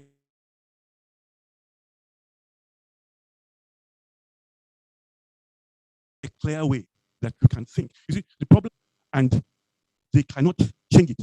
What can we do as elders to create a pathway to be able to change the sector? The reason why we are today is that my dad wanted me to be a lawyer. I knew too much mathematics, so I'm an engineer. What is it that we can put into the mindset of people who we are bringing up right now at 6, 7, 8, 9, 10, 11, that they want to make this country better? That's my question. Thank you very much, sir. Thank you very, very much for those questions. My brother Jide of ISI, the greatest ISI ever in the world. Great ISI. No problem. Are we all okay now?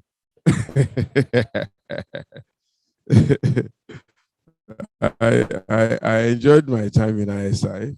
I went to King's College to learn how to be a disciplined gentleman. I went to ISI to chase girls. Both of them were very good. But I came out saved and glorified. So thank you very much. Yes, indeed. I think you were just verifying most of what I said, in that Awolowo provided good leadership, top down, and creating an environment where our children can flourish and all that and all that. It's very, very important that we encourage people to take their own position in life and ensure that we can upskill them. What our parents failed to do, and I'm speaking to my brother, Mr. Akinola, and my condolences, by the way. I think you lost your mom recently. The mom, yes. We grew up together in Ibadan. Also, his dad was a permanent secretary with my mother, and he was very good looking, very handsome. We used to look up to them in those days, and they gave us good value. Thank you very much, my Egbo. Thank you so much. What our parents failed to do a little bit was that they didn't quite connect with us as we wanted them to.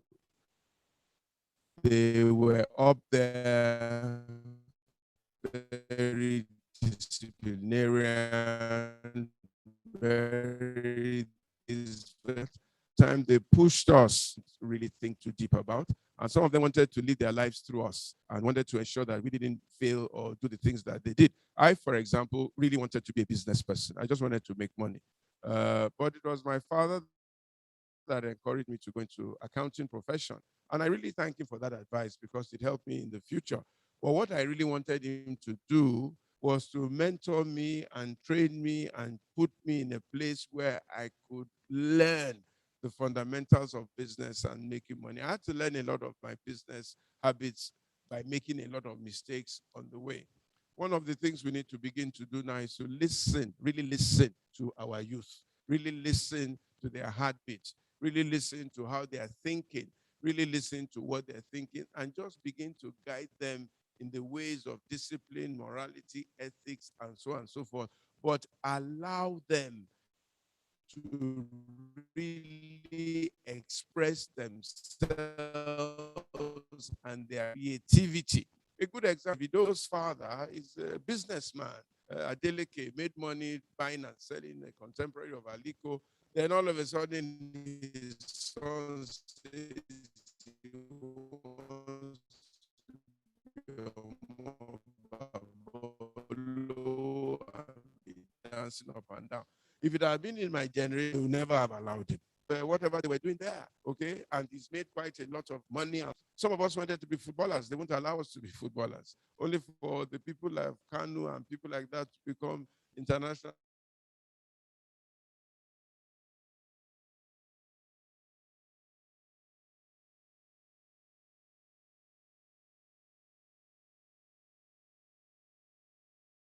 superstars. When I looked at the house, they gave Messi in their strengths and allowed them to go in that direction. As for Egbon Engineer Shiode, who is asking us, how do we change our leaders? The first thing is that all of us here must get a permanent voter's card. Every one of us. We must get our permanent voter's card.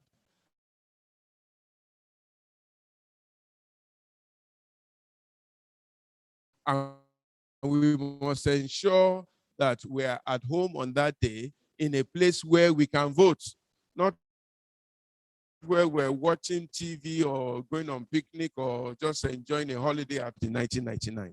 We all didn't think the military was serious. We all thought politics was a waste of time. My parents told me not to go into politics. They said, politics is dirty. When I became born again and started going to church, my pastors told me, don't go to politics. That is dirty, this and that. But there is a correlation between political leadership and the economy and the well-being of people. And if the good people don't go there, the bad people will take it over.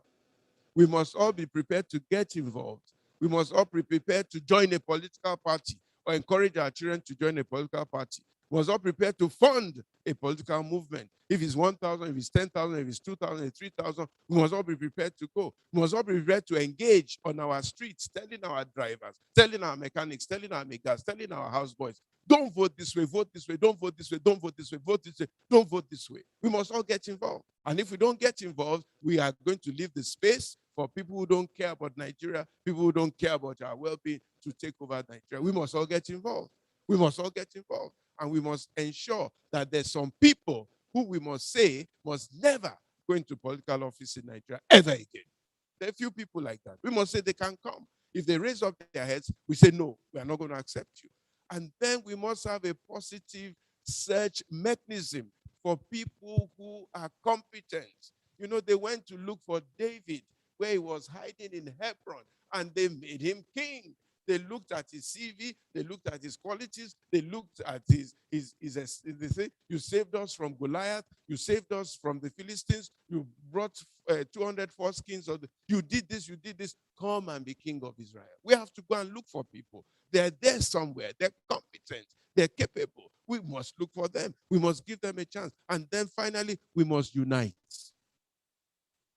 We must unite, especially in the South. We must unite. We must come together and speak as one voice. I tell my Igbo brothers, what is your problem? Kandu has taken or whatever, he's taking over your leadership. What are you people doing? You people have more than enough money to transform the Southeast. but you stay in Lagos, you buy and sell, you won't go back to your home to transform your home, and you won't file behind a common cause and one leader. What is your problem? How do you want to be president of Nigeria when you will not be united together? In the Southwest, you must do the same. The North must do the same. The Northeast, North Central must do the same. And then we must look for the best amongst us and say it is the best that we want, not just anybody who shows up. We're not going to let just anybody who shows up. When you want to recruit an MD for NNPC, an MD for British Gas, an MD for SIO, you just show anybody will show up, and then you give him your driving seat. In Nigeria, anybody shows up, and then he starts to throw money around, and we say, okay, let's vote for him. No. What is your criteria? What is your competence? What have you done before to show that you can do this thing? And when he shows up, we say you're not qualified. We're not going to vote for you. And then we need to educate these ignorant masses that are kept in ignorance. We need to tell them. We need to show them the correlation between you chasing a car, selling bread on the road, and your leader. We need to show the correlation. There's a direct correlation. The reason why you are not in school is because you have a leader who doesn't believe you should go to school. The reason why the Southwest is educated is because our Lord said, go to school. And a lot of people, a lot of you in this room, as I see, some of you went to free school. Some of you would never have been engineers if there was no free school. Maybe you might now be running in the village in Dross and just smoking it up. Why you are here today is because somebody bothered to make sure you could come to school. I went to virtually free school from primary to King's College. You're virtually free, just based on merit. So we need to all get involved.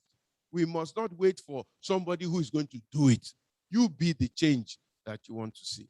I went to Dubai recently, and I saw the phenomenal work that this Sheikh Al Maktoum has done. And Nigerians are going there in droves. And the man goes around every day inspecting everything. He says, Dubai, where nothing is impossible. You also have to think about it, and I would see how to do it. He says a leader's job is to make his people happy. The job of our leaders is to make us sad. He started the ministry the other day. He called it the ministry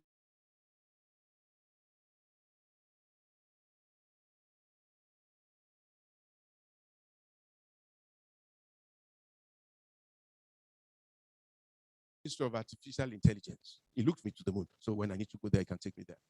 We need to look for the right kind of people and file behind them. They're there. You know, some time ago, my wife was sick, and I'll close with this. I need to rush to the airport now. She was sick, and they were looking after her in a hospital in Ikoyi. Every day I was paying 35,000, 40,000 to look after her. After a while, the doctor called me. He says, Pastor. I say, yes. Say, your wife is going to die. This is about 6 or 7 years ago. I said, why? Say, we've done all we can. And what is wrong with her? You need a special kind of antibiotic that has to be mixed in the lab. We don't have the capacity to do it. But I phoned my friend in Harley Street. You must take your wife now to Harley Street. I said, how much will I spend? He said, I don't know. Harley Street. Take at least 25,000 pounds. I say, I'm still screaming 50K here. You're saying 25,000 pounds. Well, 25,000 pounds. I'll say goodbye to your wife. I looked for the money. 25,000 pounds. Raw cash. That night, I shipped my wife to Harley Street. We got to Harley Street. They say, put a deposit. I say, how much? They say, 15K. I say, why? Say, our rooms are 2,500 pounds a night. And I don't know what consultancy will be. So at least every night here, you'll be spending 4K. I said, Morogo. I said, get well, oh, this girl, get well. So I took her to the room. They said, your doctor will come and see you in 15 minutes. 15 minutes. Be ready with all your questions. Because this doctor has only 10 minutes to spend. And he's the best in this circumference. He runs 4 clinics, extremely busy. So be ready with all your questions, and as he asks the questions, answer him. I said, no problem. We're here. 2,500 pounds a night. There must be solution. So I was ready. After about half an hour or 45 minutes, 3 people entered my wife's room. One was a Malaysian, sort of looking, Chinese looking nurse. One was another guy. One was that guy. But maybe I thought it was the advanced party for the doctor. Then the Malaysian lady says, "Oh yeah, what is your problem?" I said, "For who?" He said, "The doctor." I said, "Where is the doctor?" He said, "This guy, this black man is the doctor." Were you there, sir? I was looking for an old Englishman with white hair, with glasses, professor or something. I saw the young boy in jeans and a shirt. Said, "This is the doctor. Speak, speak, speak." He has only 10 minutes. I said, "You have only 10 minutes." He said, "Yes. Please tell me what the problem is." So I started telling him. I didn't believe him.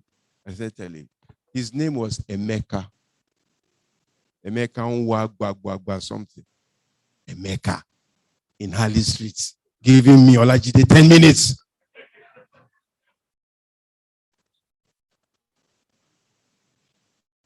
Emeka solved my problem. Because in 10 minutes, he told me what to do, told the nurse, do this, do that, do the other one. And he walked away. He says, "I'll come back in the evening and look at her. Tomorrow I'll come back and look at her. The next day, well, let's see." So he came back in the evening, looked at her. He says, "Well, she's making progress." Came back the next day and looked at her. Says, "Very, very good, not bad. She's made progress." So I said, "Emeka Biko, tell me." I said, "Where you study?" I thought he was going to tell me LSC, this and that. He said, "Osuka." So I did my first degree in Osuka. I said, "You sure?" He said, "Yes, I just come here and look for work now. I do masters. They do this thing." Then in the evening that they said, "Oh boy, you'll be my brother. Carry your wife, make you they go home." I said, "Why?" "She's not quite, she'll be well, she'll be okay." So it's in my interest to keep her here for another 5 days. I'll be charging you 2,500 pounds. Be my brother. Make I know you make you they go. Pounds a day. He says, "I will make that money. But you are my brother. Let me leave you. I'll be talking to you on the phone. She can be coming outpatient once or twice a week, or once or twice for the next 2 days. She'll be okay. But normally I should keep her here. But I don't want you to waste your money." If you go to America, it's the same thing. If you go to Germany, it's the same thing. If they take Nigerians out of the medical system of the UK, it will collapse. If they take Nigerians out of the medical system of the US, it will collapse. If they take Nigerian professors out of the universities in America, it will collapse. If you take Nigerians out of any system, including China, it might collapse. God bless you. Thank you very much, Pastor. Very sorry. We have something to give you. We have something. National President, do we stand out there? Please. And the photographer, please. Quickly, because Pastor is rushing. Each one, let's step forward.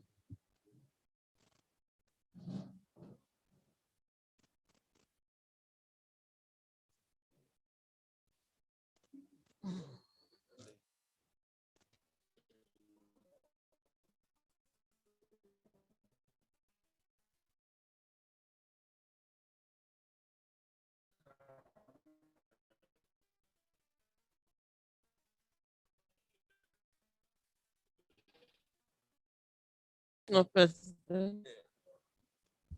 And yes. Okay.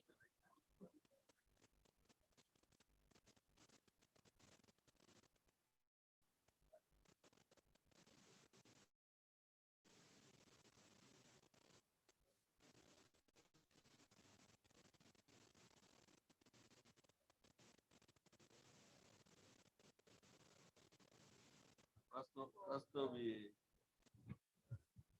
Pastor, I think the entire hall will agree with me that next time we have a speaker like Pastor, it shouldn't be a 1 hour thing. If it's going to be more than 1 hour, we make sure that we park a private jet to wait for him so that he doesn't rush out. Pastor, we really appreciate you. And please, this is a small token on behalf of Nigerian Society of Chemical Engineers to not only appreciate what you have done today, but also appreciate you for what you've been doing and what you will continue to do. Thank you very much.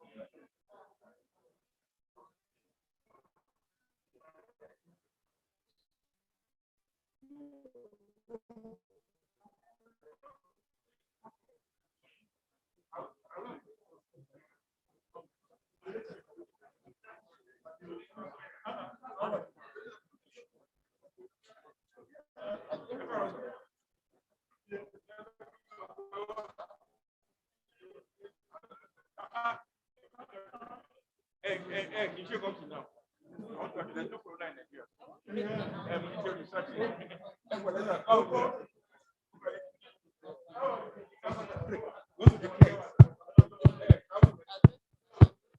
Hello, everyone. May I have your attention, please? Ladies and gentlemen, may I have your attention?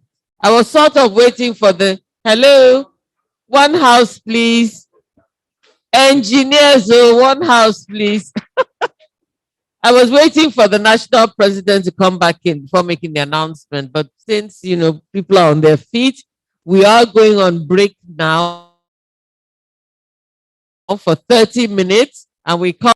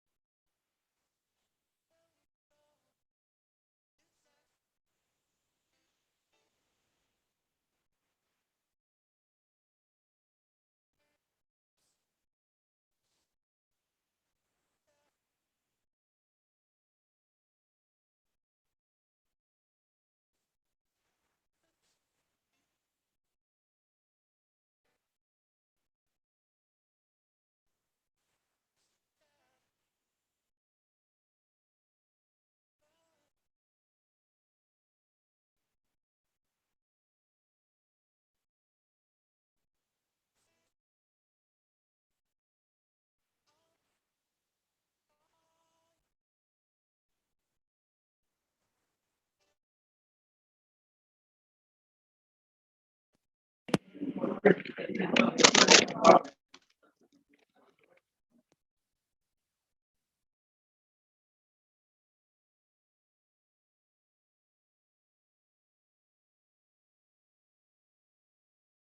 live on YouTube. Yeah? We're also live on YouTube. You're also okay, like YouTube. Okay, yes, that's all. I think it will be there. We can see you later. Yes, yes, sir. Okay, yeah. In the fellows, there's kind of worship. What you are already doing?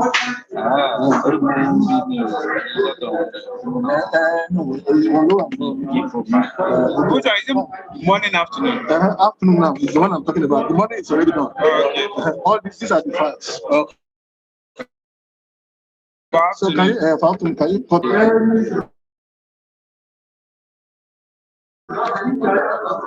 just call the I think maybe somebody will need to direct you. Yeah.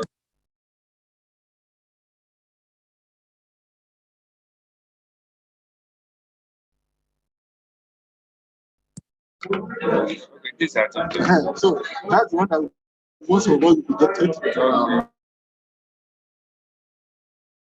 Immediately after that, then the address by the person. Okay, I think it's serially arrested. Let me see to be sure that the minutes go back to that. Go back to that. Which file? 5, 6, 7, 8, 9, 10. Then this B1, B2. Those ones will coming soon. We will let you know when we need to. Maybe somebody will be there to that man. Before we'll be here to No problem. So I think that's clear. That's So, clear. let me know. Flash. Thank you very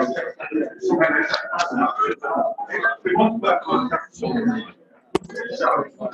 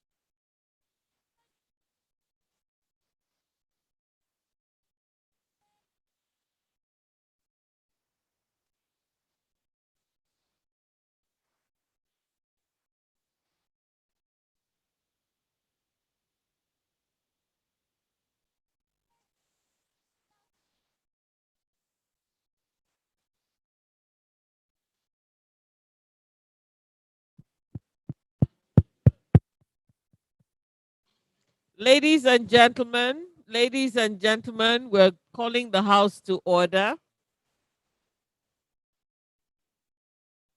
Those who haven't had their tea or coffee, you may bring it to your table. We're calling the house to order, please.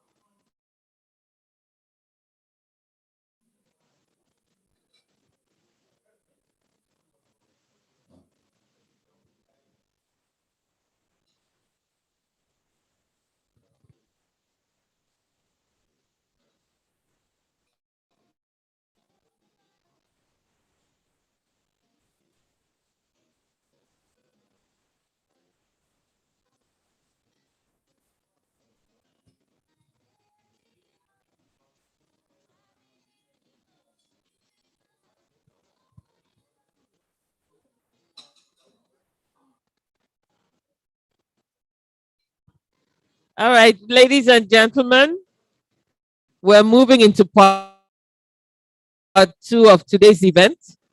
For the second part of this program, we're looking at the topic Global Perspectives on Youth Productivity. Our speaker is Mrs. Odebi, who is representing Mr. Jean Bakole from UNIDO. This part of the program will be giving us more of a global perspective on opportunities of engagement for our youth. Please help me welcome to the podium Mrs. Odebi. Mrs. Odebi, you're welcome.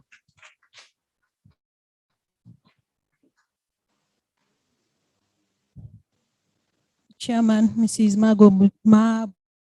Mabogunje, and the President, the Vice President, sir. Yeah.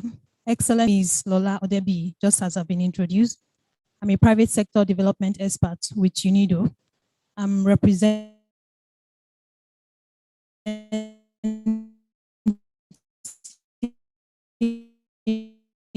our regional director, Mr. Jean. Sorry, he's not able to make it today. He's been asked to represent the Deputy Secretary General, that's Mohammed, at an event holding today. So he sends his apologies, and I hope that you'll accept it. Thank you very much. Thank you very much for having us today. So I'll go right to. So what I have before me today is a global perspective on youth productivity. So I'll look at the current situation on youth productivity, and then I'll look at the global perspective on youth productivity, and then I'll give you some examples of some of our work on youth productivity before I finally round up. And so I already think the picture has been painted so very well, especially context, but I'll still try to put things into perspective. So who is a youth? According to the UN, it's a young person, bracket of 15 and 24. But when we talk about Africa, we are talking about people between the age of 15 and 35. And in Nigeria, we could say 18 to 35. And so I have to make this clear because many of the data I'll be calling up will be referencing the UN. And so that when you get that figure, you can look at it at a bigger level, because we are talking about 15 to 24. So we'll be seeing that things are even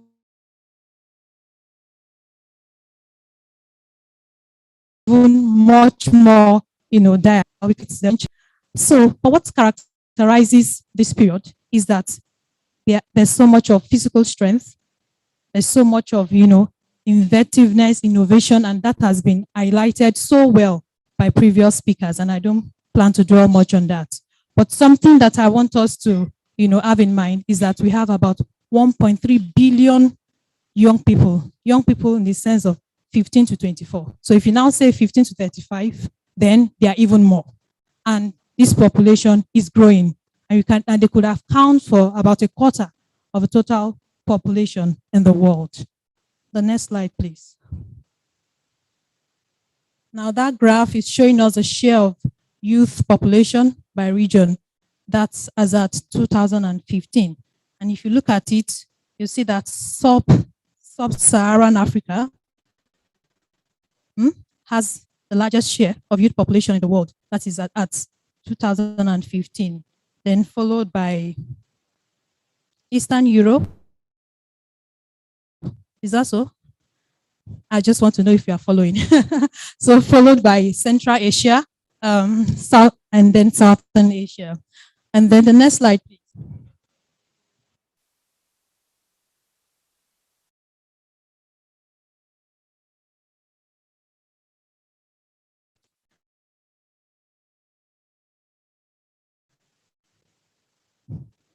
Okay. Okay. All right. Thank you. All right. So this is actually giving us a projection until 2060. And in this graph, we can see that while other countries, other regions are declining, we see that for Africa, the population of youth is what? Is increasing. Well, it hasn't quite caught up with Asia, but you see that Asia is actually declining. And according to the World Youth Report for 2017, by 2080, Africa will surpass that of Asia. So that's something we need to keep in mind. Now, what is productivity? Productivity is the amount of output per unit of input, such as labor, equipment, and capital. We could say it's the efficient use of resources in the sense of capital, materials, energy, information, in the production of goods and services. And so given those two definitions and what we know that youth represent, we can say that youth productivity is the efficient and effective engagement of our youth and all the resources available, be it their energy, their skills, their ideas, to spur structural transformation. That means to contribute to economic development and growth of the economy. And if you look at ILO, that is International Labour Organization's definition of youth productivity, it can be measured in terms of their contribution to the GDP. So now, what are the factors undermining youth productivity? And I would say that, our previous speakers they've just nailed it on the head. And the first one I have here, which the pastor elaborated so well on, is education. Yes, we can say a lot of effort has been made, to improve primary school enrollment, and even the demand for secondary school is increasing. But the truth is that when we look at developing countries like Africa, the demand, the enrollment into secondary school and tertiary school is still low, it's still poor when you compare it to other countries.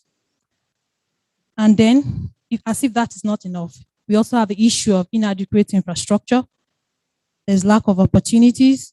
There are concerns around affordability, accessibility of this education.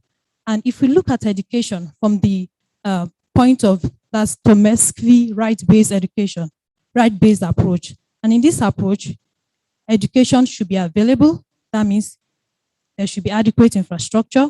We should have trained teachers to support its delivery. Education should be accessible.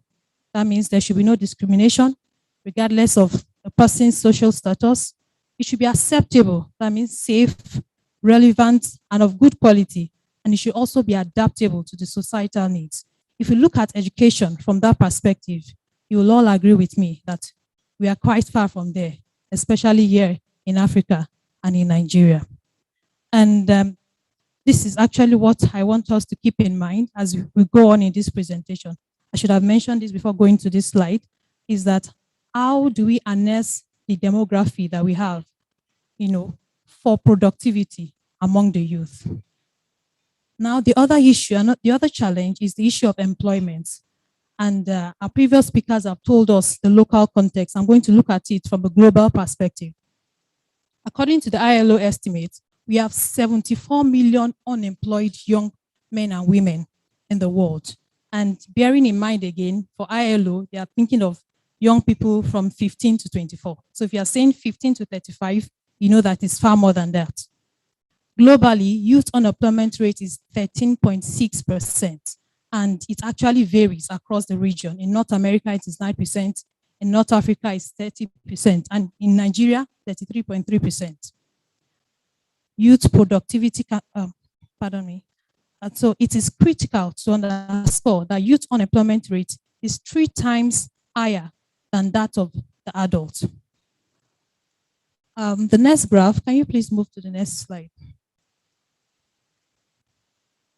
Shows us the NEET rate by region and sex. NEET means they are not employed, they are not in education, and they are not in training. And if you look at that, we see that the highest rate is somewhere, I can't see very well from there, Southern Asia, because, yes, Southern Asia and the Arab states. And we have very wide gender disparity in the Southern Asia. Now, what that tells us is that globally, 1/5 of young people currently have a status that they are not employed, they are not in education, and neither are they in training, which means they are not gaining experience, they are not in the labor market, and they are not having any form of income. And we can understand what that means. You know, as it's been said, that an idle mind is what? The devil's workshop. So when they are not properly engaged, we can imagine what they can become to the society. Now, the next slide looks at, can you please go to the next slide? Looks at the labor force participation rate. And this has declined by 12% since 1999.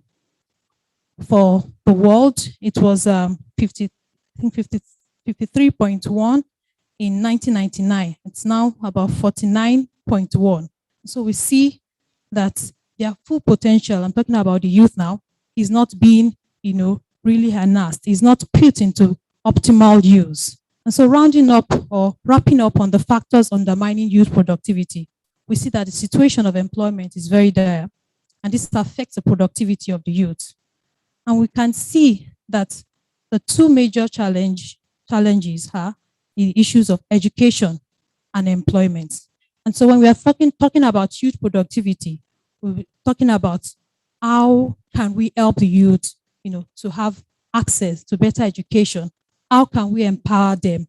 How can we bring out that entrepreneurial skill in them so that they can be productive? And so now move on to the main points of discussion today, which is a global perspective on youth productivity. Can you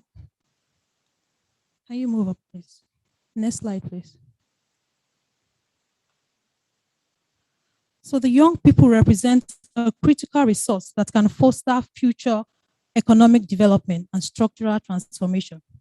You'll all agree with me that an economic future is determined by the amount of investment that's made into its human capital development. Skills development is critical for labor market competitiveness in today's world of work. In today's world of work, as will be seen very shortly, there's huge demand for digital skills. And if our youth are not properly skilled, what happens. And in the following slide, I'll be sharing with us some of the approaches to improve youth productivity. Bearing in mind that the major issue we are looking at is education, employment, and empowerment. So the first issue is private sector development and cooperation. Thank you. So globally, 9 out of 10 jobs are created by the private sector.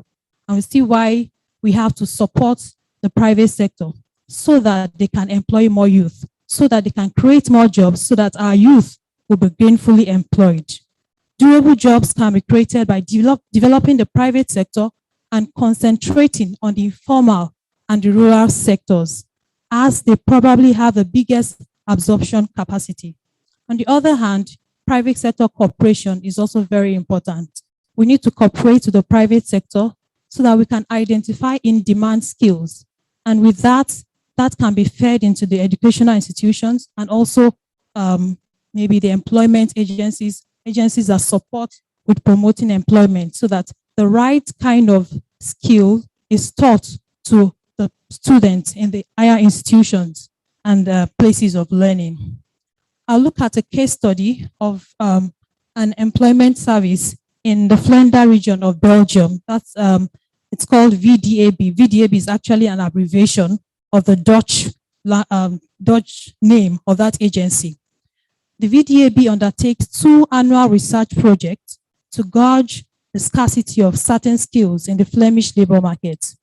They also monitor the progression of recent graduates and they report on their success finding a new job. That is 1 year after they've entered the labor market. In this way, it guides young people to decide what kind of subject to study at the secondary school and at the university. And this is key. VDBA discusses its vacancy database with employers organization. That's where private sector cooperation comes into play, and reports on the relative difficulty of filling vacancies. And in turn, that information is taken into account by VDAB when designing training courses for job seekers on subjects such as computer-aided design, cloud computing, and such like. And we see what private sector cooperation can do. It can help our educational system to, address some of the skill or, the job demand gap. Now, the other thing that is very related to private sector development and cooperation is entrepreneurship. The development of micro, small, and medium enterprises is a proven and effective mechanism to facilitate economic development, just like has been said in the previous point, that the private sector employs 9, out of 10. Same way, MSMEs, it's very critical for us to look at the issue of entrepreneurship. We need to invest in entrepreneurship and provide the needed support for these businesses to grow. Now, we have 2 different types of entrepreneurship. We have what is called the necessity entrepreneur. And that's what we find majorly around, because people don't have a job and they have to find a way of surviving. We also have what we call the opportunity entrepreneur. And I can describe the pastor who just gave the presentation as because this is someone that is not just because he doesn't have a job, but this is his passion. And some school of thought have said that the former is not good for economic development. But I think it depends on the context we look at it. I think the both categories are important for economic development. It depends on the kind of program we design for them. Entrepreneurship and self-employment are therefore a viable alternative for young people when given the right skills and provided with adequate support to establish and develop their own micro and small businesses. Youth entrepreneurship does not only create employment for themselves, but they are also able to, create employment for other youths like themselves. Now, we now move on to another point, which is investing in what I'll call youth skill. That is the digital and the 21st century skill. Referencing a BBC article sometimes in March 2021, the article says that the number of young people taking information technology subjects at the general certificate secondary education, that is probably equivalent to what we call the GCE in WAEC in Nigeria, dropped by 40% since 2015 in the United Kingdom. And it's quite interesting to know that in the same country, Nsche reported that there's a soaring demand of skills in artificial intelligence, cloud, and robotic skill. You see that even with the advent of COVID-19, it has spurred the demand for digital technology. And you all agree with me that businesses that thrived during this period were those who were able to leverage on digital technology, especially, at the heat of the lockdown. And so it takes me also to a study by World Bank and the IFC. In that study, they looked at the demand for digital skills in sub-Saharan Africa, in 5 countries in sub-Saharan Africa, in Cote d'Ivoire, Kenya, Nigeria, Mozambique, and Rwanda.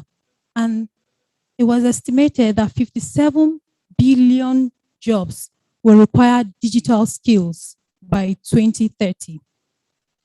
57. But that's not as interesting as this next fact. Of this 57 billion job, only 2 million will be in the ICT and e-commerce sector. So I'm sure when I said 57 billion, you were probably thinking that jobs would gravitate towards ICT and e-commerce. But no, they're trying to tell us that, in the agricultural sector, in industry, in services, or industry.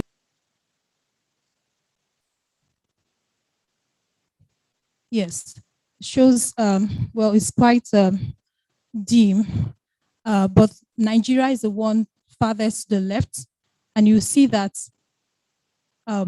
services sector will have more demand for digital skills, looking at that, looking at that chart, and then followed by agriculture, right? And then industry. The next slide will also show us some more detail about the kind of skills that will be required. Can you please move on? So it's been divided into foundational digital skills, intermediate non-ICT skills, intermediate ICT skills, advanced and highly specialized skills in both the agriculture, industry, and services sector. And we see that the services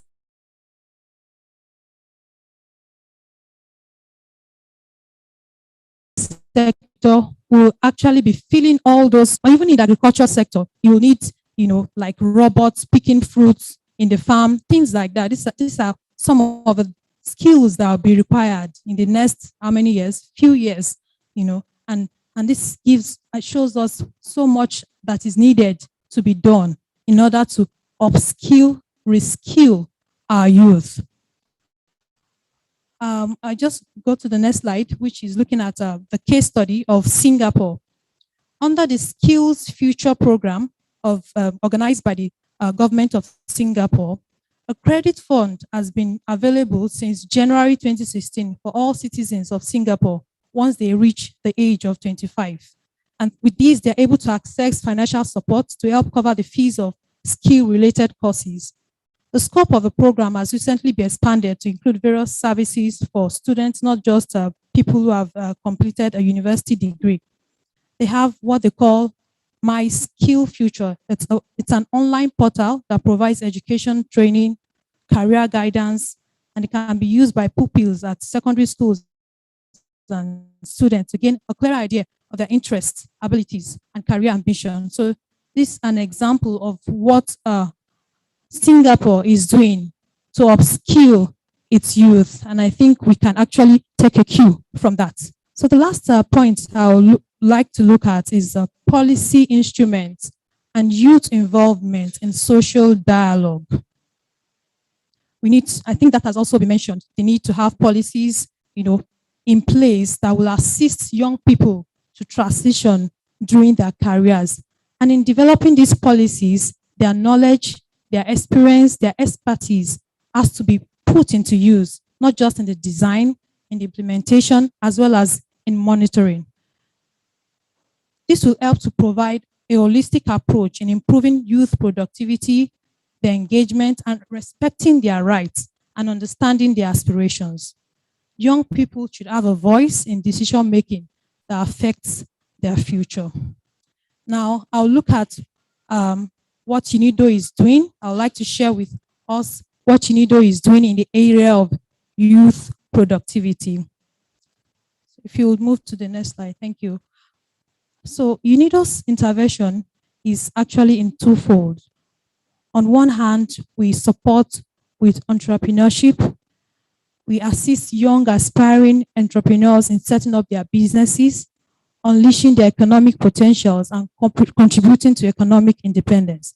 And on the other hand, we also develop the micro, small, and medium enterprise, to create opportunities for young women and men. The next slide is just trying to show some of the tools that we deploy. So I've just mentioned that our intervention is in twofold, and one is entrepreneurship. The other is development of MSME. So what we do is vocational training in the area of entrepreneurship. We also cooperate with the private sector, like some of the examples I've given you. In the area of investment promotion, that's for entrepreneurship, and then provision of financial and non-financial services. The next slide, not yet, please. I would explain further on how we use the financial and non-financial services to support entrepreneurship development. For development of MSMEs, we support export consortia such that companies can come together, and kind of promote their market access, export market access.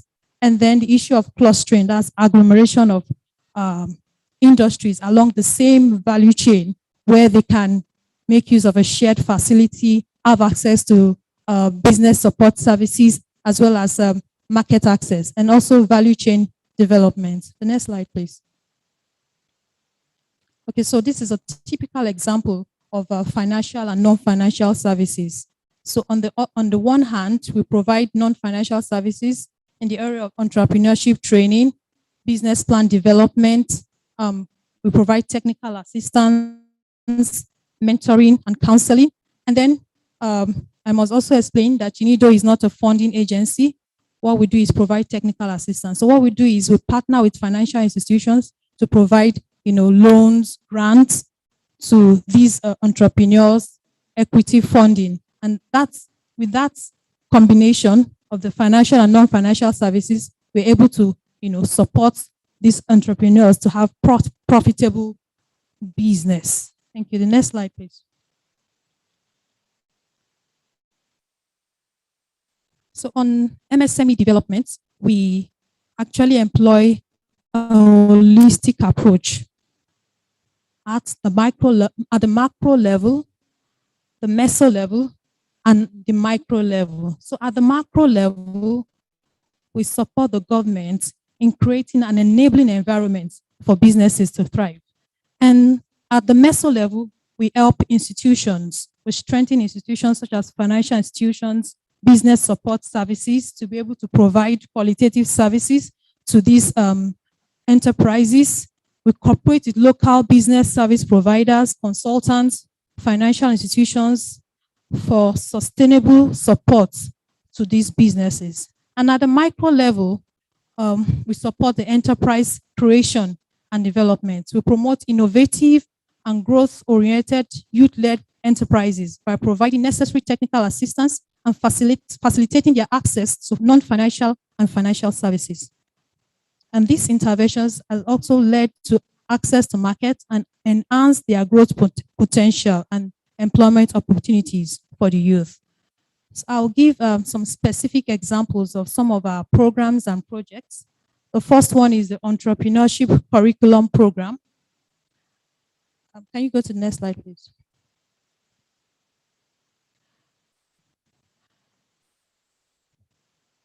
The Entrepreneurship Curriculum Program is actually introduced to secondary schools where boys and girls, are given training about entrepreneurship.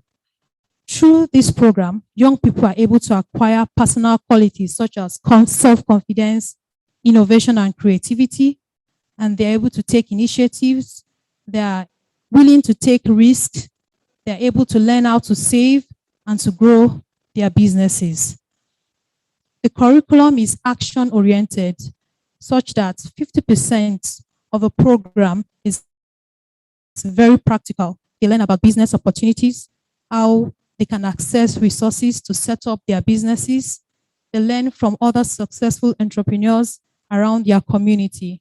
This program has been implemented in many countries, and specifically in Africa, has been implemented in Uganda, in Rwanda, in Mozambique, Cape Verde, Angola, and Nigeria. In Nigeria, it's been implemented in the northern part, I think about 2-3 states in the northern part of the country, and that was actually done with the support of the government of Japan. The idea was to help with the restructuring of the community.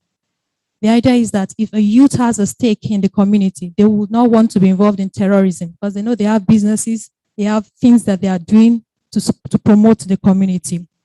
And the next slide are just some of the voices, some of the testimonies from some of the young people who have benefited from the program.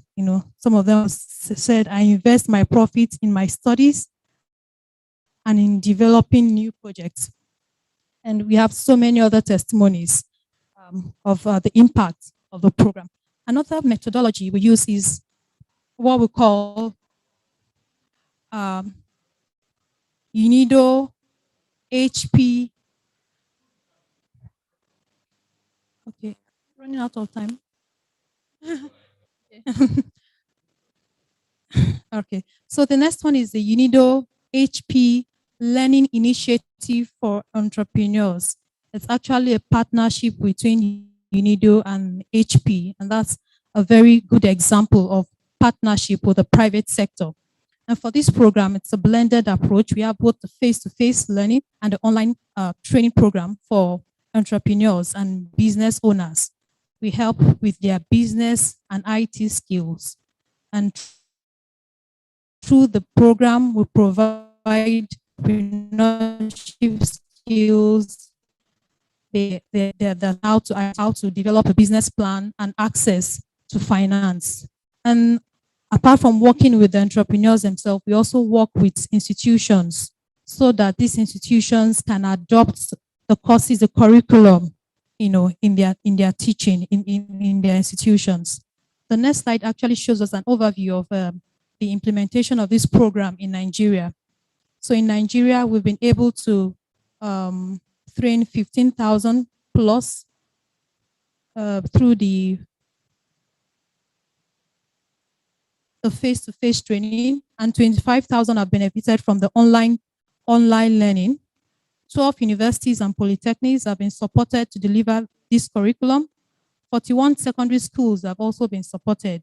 And this training has about 32 interactive modules covering business and IT skills. And all we are doing is trying to reduce the number of unemployed youths that we have here in the country.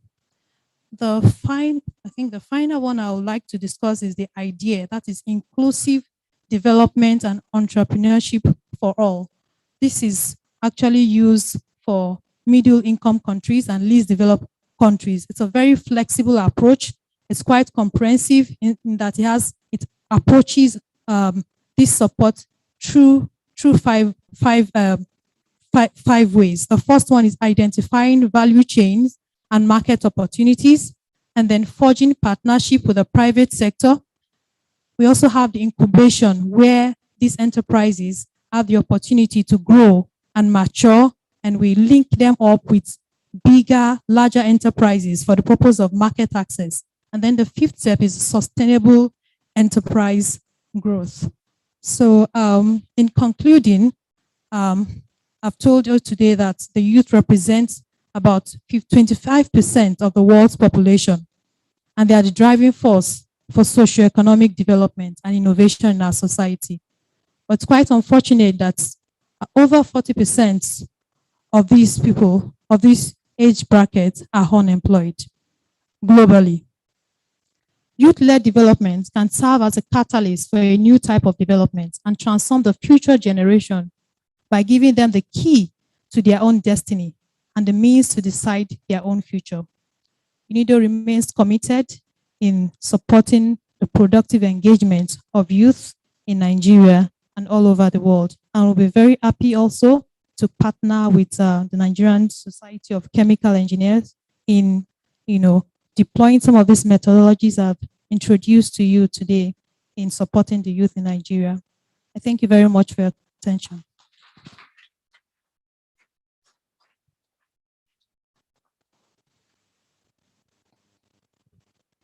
Thank you very, very. Can we give her another round of applause, please? Thank you so much. That was so well delivered. And in Mrs. Odebi's case, she had to look first at the global situation and then boil it down to our Nigerian condition. And I think she took a rather complex set of concepts, programs, and ideas, and was able to clarify quite a bit of it to us. She started out by giving us the definition for youth as 18 to 35 years for Nigeria. She let us know that the youth constitute about 25% of the world population. And then she went on to define productivity. And then she gave us reasons for various factors undermining youth productivity. And some examples of what she talked about was, you're not going to hear enough of this: education, education, education, including poor infrastructure, poor accessibility. She talked about employment as a means of harnessing this demographic bulge that we have called the youth. She told us that the youth are a critical resource for development of any country or any place. So the youth being a critical resource, we need to really focus and invest in our youth in order to improve our economic development and improve their life situation. She's talked about skills development as being very necessary for our youth, upskilling, retooling. She talked about entrepreneurship and how entrepreneurship, investment in entrepreneurship is an approach, is a way of engaging with the youth. She explained to us that 9 out of 10 jobs are actually created by the private sector. But I also want to let you know that MSMEs provide over 80% of jobs in Nigeria. So it really tells you how important the private sector and the commercial sector is. She talked about investing in digital skills.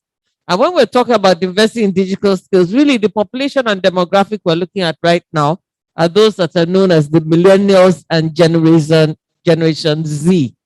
So how we engage with those ones. Generation Z are basically seen as digital native. It looks like they are born with they don't need to learn. They are just born with it, you know.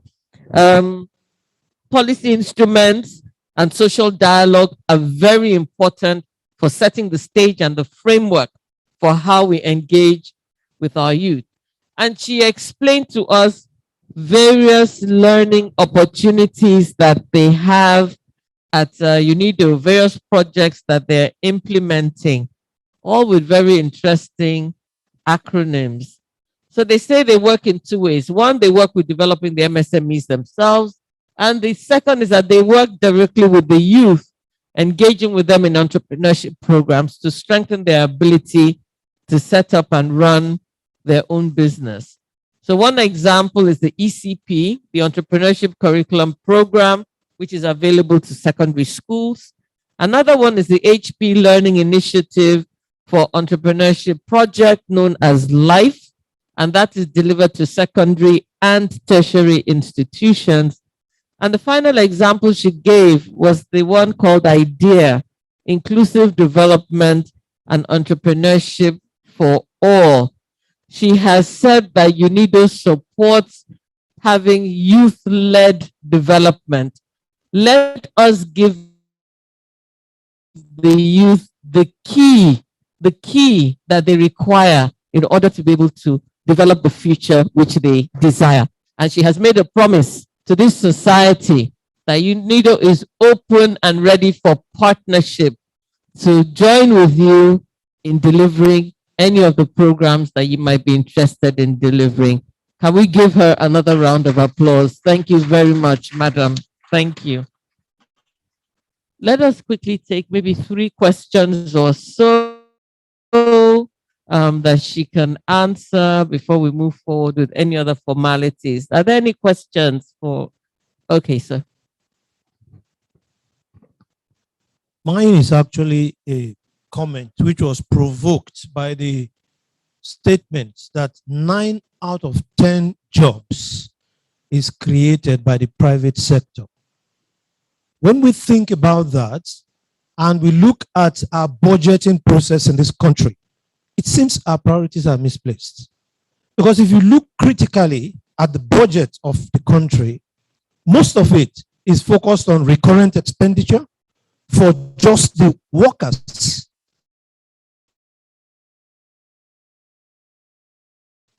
In the government sector, all the ministries come with their needs, and then this is compounded. So then the next is the cost sectors. Only a little fraction of the budget goes for capital projects. There is almost nothing that is specifically devoted in the budget for growing this productive sector that provides 9 out of 10 jobs. It looks to me like we need to completely revisit the emphasis of our budgeting. Because if you go to countries like the United States of America, you find that specific provisions are made to stimulate the private sector to do what it does best and even begin to research into the future. So it's something that we really need to look at. I think we are misplacing our emphasis completely in our nation. Thank you. Thank you very much for that very powerful comment. Yes, sir.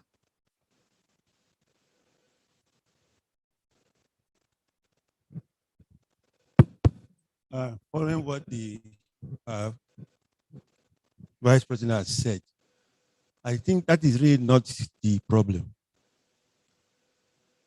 The problem is that the government is not raising enough money from available opportunities to finance government's prodigality.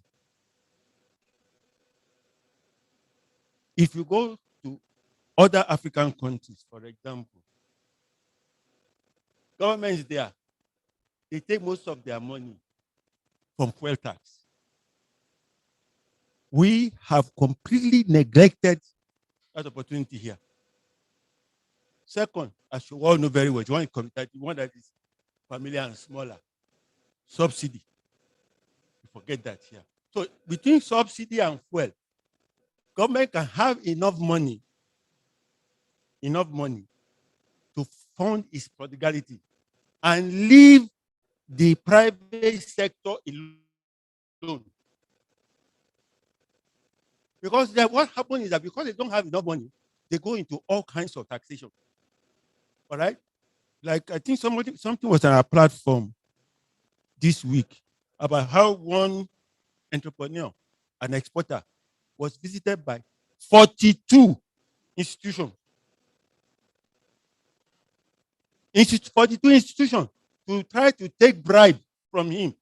And he wants to ship some materials from here along the road here abroad. Takes him 6 months. So if government will actually take opportunities to fund to generate funds properly, to fund its operation, and leave the private sector alone, I think we will be much, much better off. Because this poor funding, that's what deprives education. It deprives health, water resources, name it. Even security, they don't have enough money. But they are too scared to stop subsidy and to lay fuel tax. Thank you.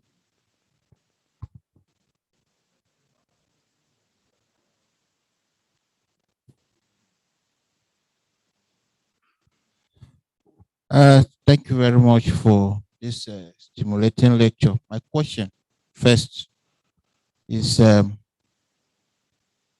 the 3 states that have implemented these digital skills for the youth we mentioned northern Nigeria. Has there been any peer review? Are there results specifically that we can share and any lessons that we know? We need a little more details on that so that other states who have not keyed in will be able to copy. And then I go to the comment. I'm very happy to be here today because there was a very big pull to either come here or stay back in Abuja. My party, they're struggling with how to do apportioning of offices, zoning formula. So people all through the night, there was a pull for me to stay back, take part in that. And at the last minute this morning, I had to decide that I'm coming down to Lagos because we need to learn how to take the use out of the streets in a very productive manner. I had a practical experience, just one I will share. After I retired 2017, 2018, I decided to go into agri on a large scale outside. We had land that was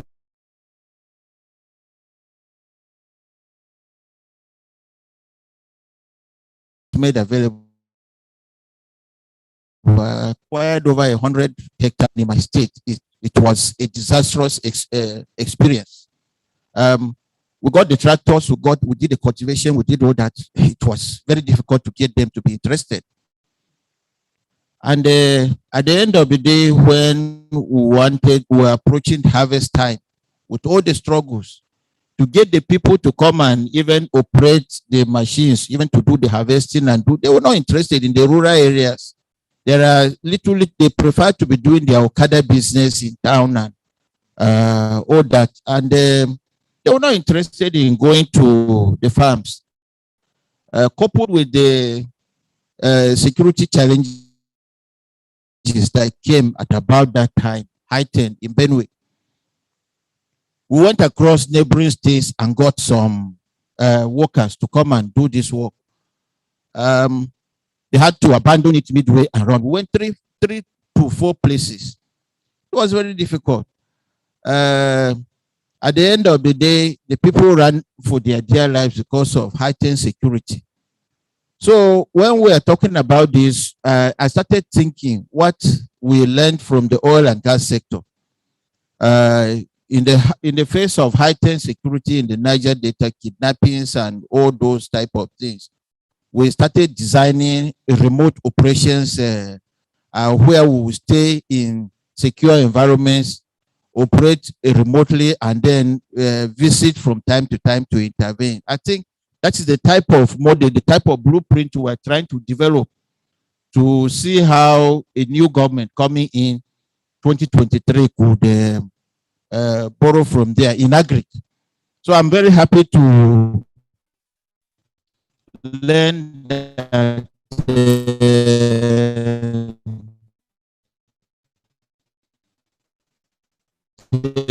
services in this would financially was that I divided my retirement benefits into 4, and I took only 1 quarter that I put into the quarter that I put into the farm disastrously went to it was a total loss.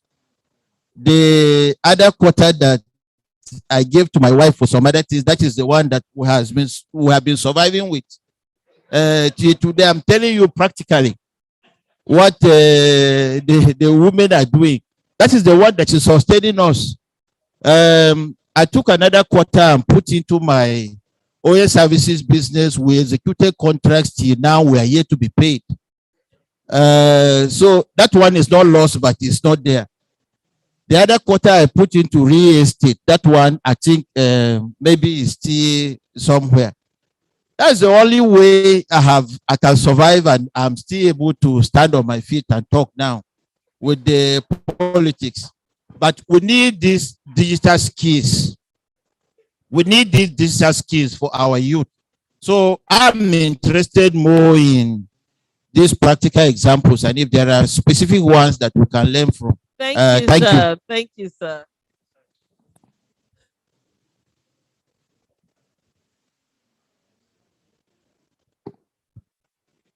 Thank you very, very much for those 3 very interesting interventions. One thing that's obvious is that Mrs. Odebi's presentation has generated a lot of food for thought. A lot of them were comments, but there were a few questions. I'll hand the microphone to her to respond. Thank you very much, everyone.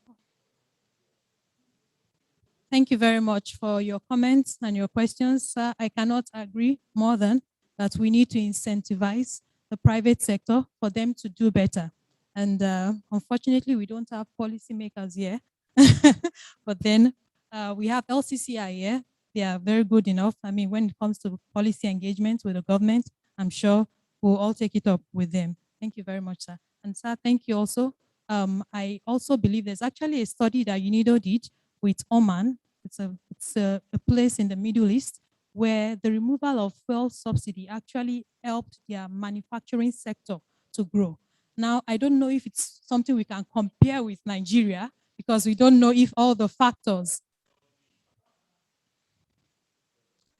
if the factors, are same for Oman and Nigeria. For example, in that study, their manufacturing sector depended heavily on fossil fuels for generating electricity, So, but with the removal of a fuel subsidy, they moved into renewable energy. But here in Nigeria, we know what the situation is. We don't even have enough access to electricity, not to talk of that. But then let's see how it goes. Thank you for your contribution, sir. And regarding your question on ECP, that's the Entrepreneurship Curriculum Program, I don't have details of the exact state in the north, but I can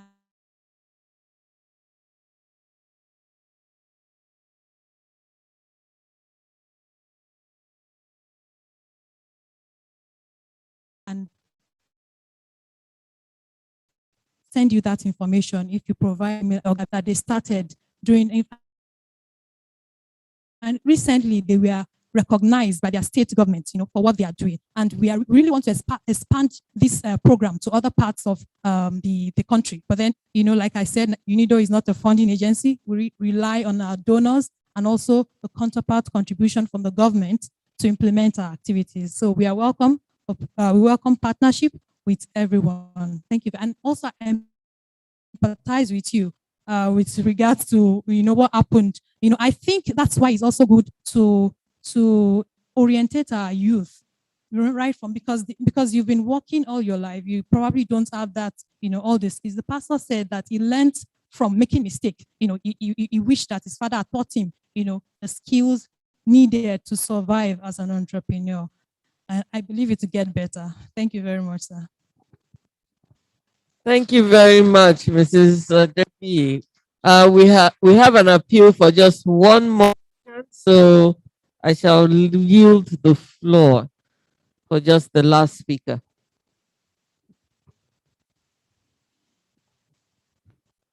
Thank you very much, Madam Chairman, for that, for listening to that appeal. What I'm going to say, really, I could have just whispered into the ears of the president, but I just want to say to all of us here, how do we cascade? Is there a cascade or cascade this thing down to the youths in Nigerian Society of Chemical Engineers? I think you need to think about that and either invite these two people during the AGM and give about 1 to 2 hours to our youths or something of that nature. Because it's not only we that needs to hear this. I think they also need to hear it. But you may think of some other ways to do it. That's one. Akaka, I really sympathize with him. He puts only 1/4. In me, I put 50%.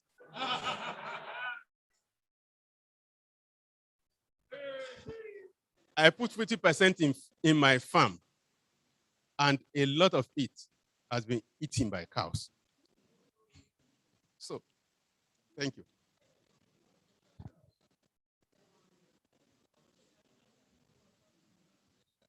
We thank you very much for that food for thought, sir.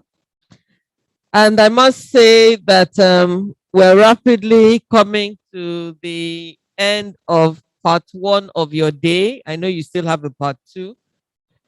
I would like to seize this opportunity to just make my closing remarks. And in making my closing remarks, I know that we have had some really, really good presentations from our 2 guest speakers. and I think their messages have gone home. But I think I want to add another dimension to this. I think I sense this, and I don't blame us for it because we've come through over 30 years, more than 10 decades of poor governance, which has rendered a lot of us to feel powerless. But I look at this society, I look at the people in this room, I imagine the ones who are online.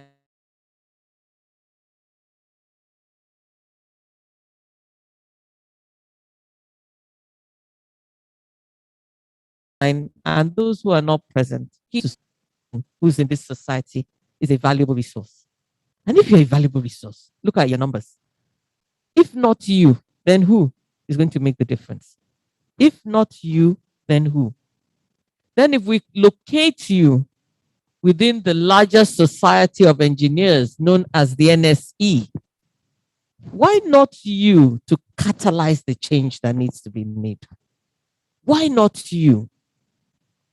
So we all know what the problems are. What I love about the 1/4 example and the 50% example is that engineers exist to find solutions to local problems.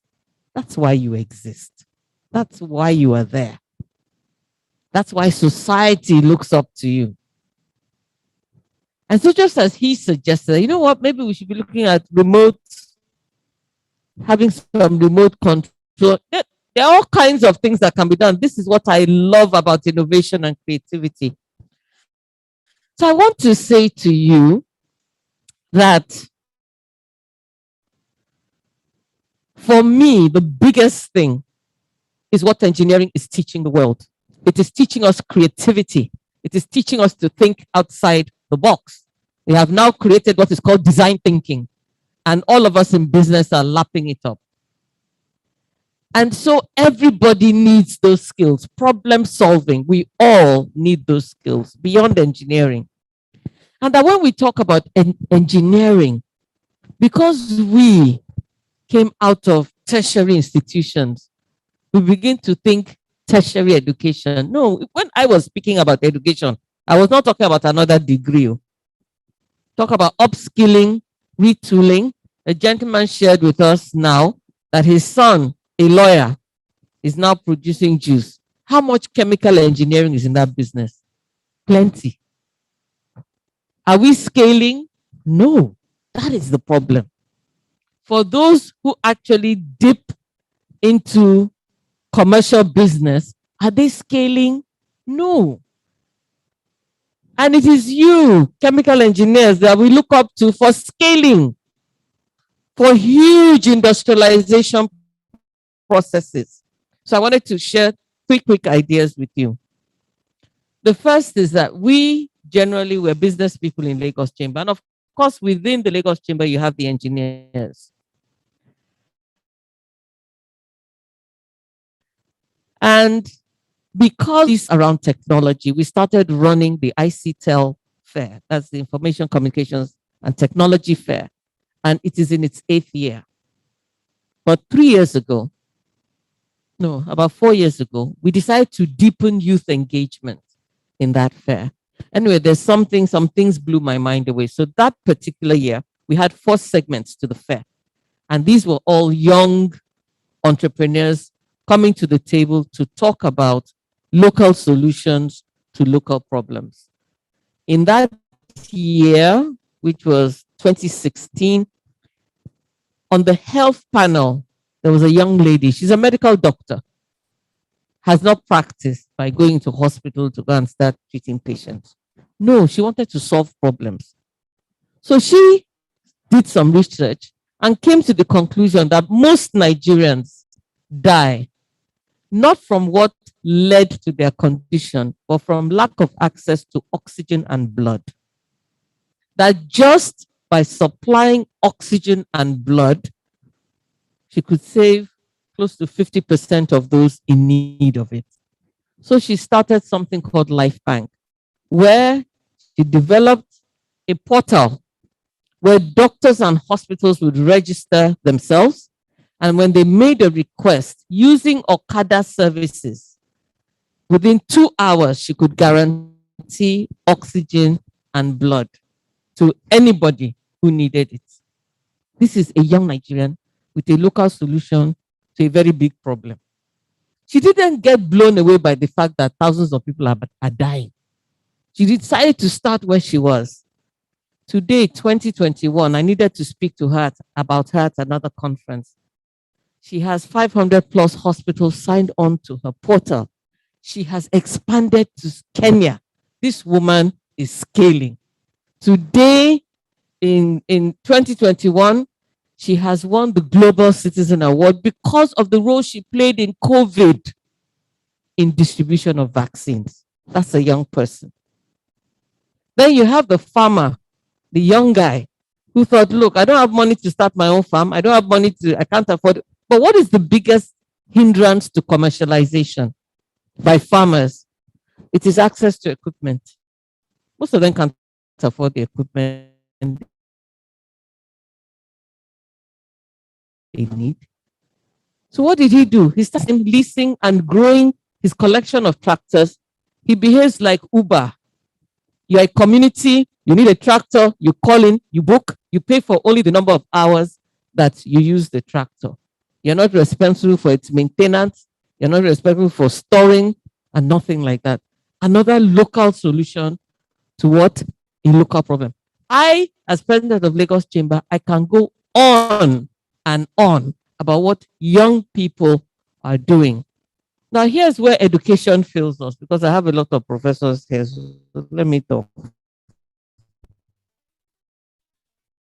So, in 2014 to 2016, I worked with USAID. As I'm talking, I'm not talking as the president now, I'm talking with my business development cap. I'm a business development person focused on SMEs. I had to work with farmers in Oyo and Ondo State in 4 value chains: maize, cassava, aquaculture, and cocoa. The example I want to give is from Oyo State in the maize value chain. So within the cooperatives I was dealing with, 20 of them, there was one that was totally youth-led. So the chairman of that youth group was a young man of about 32 years of age. And I was a bit surprised that as the leader of a maize co-op, the best that they were doing was growing corn, boiling it, and selling it on the roadside of the expressway. So I called him and called his exco, because they came to the training with their exco, the vice presidents, the treasurer, secretary, all the 5 of them. Is this the best you can do with your country? I said, yes, so this country, the Nigerians will start with this country.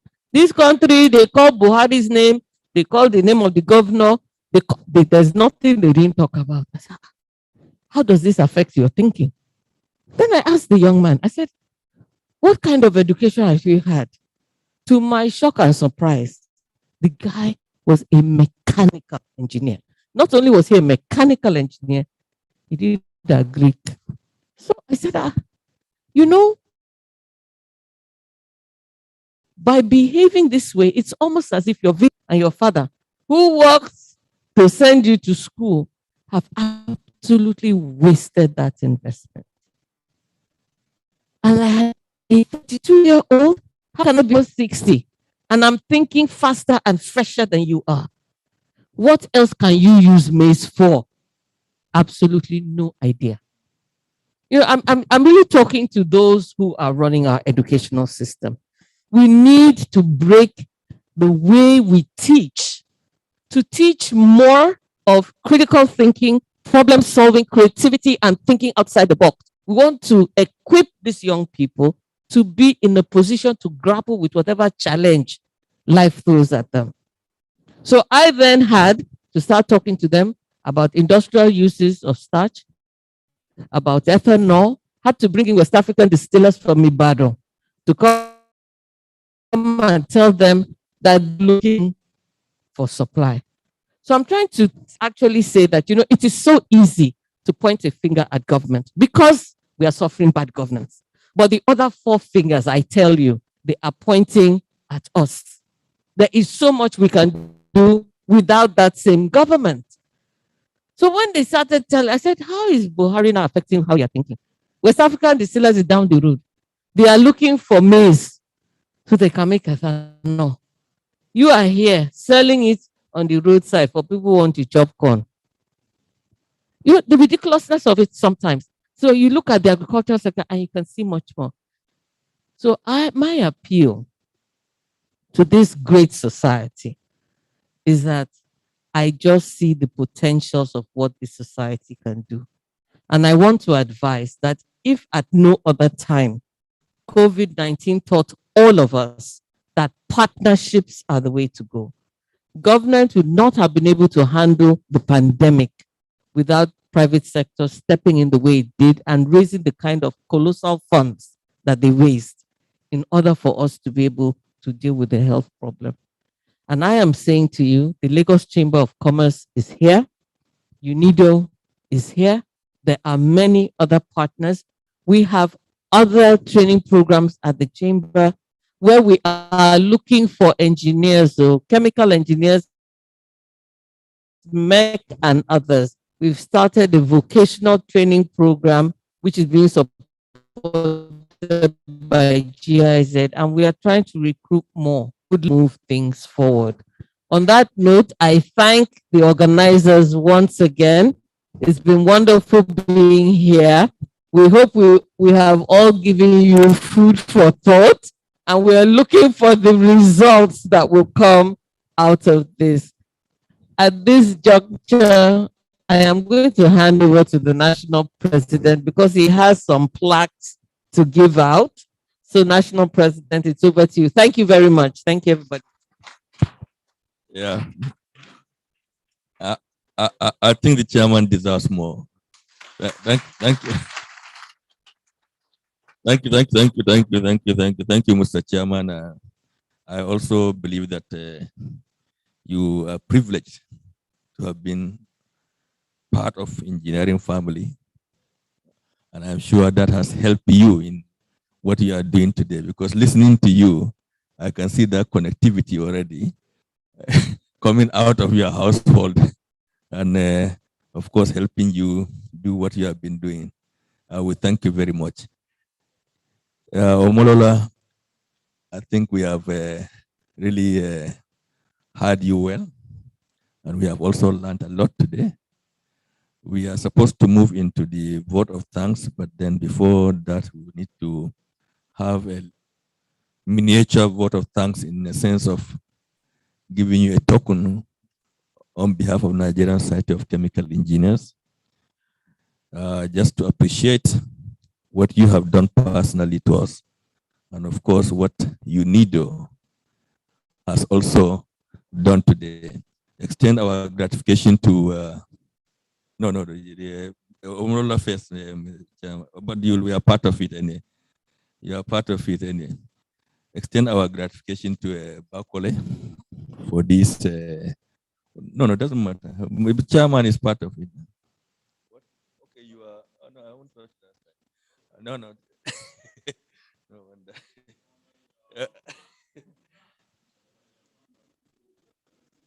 Yeah. Well, thank you very much, and appreciate our way of appreciating what you have done to us, and of course what your organization is up to. We have listened to you, and we have seen a room of partnership, obviously, with Nigerian Society of Chemical Engineers, and we have learned a lot. So extend our own appreciation.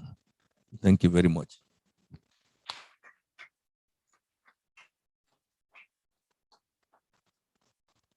Thank you very much. For our chairman, you still remain standing. Well, I say Engineer Toki now. I think, yeah, please. we have really had you, and we have really learned a lot, and most especially the way you steered this first part of the conference. We really appreciate it. But yeah, distinguished fellows, you must agree with me. I think we also need a lecture from her, because definitely the way she rounded up is like, I mean, why didn't we start here? Madam, we really appreciate you. And on behalf of Nigerian Society of Chemical Engineers, I wish to present this token plaque for you and our appreciation. Thank you.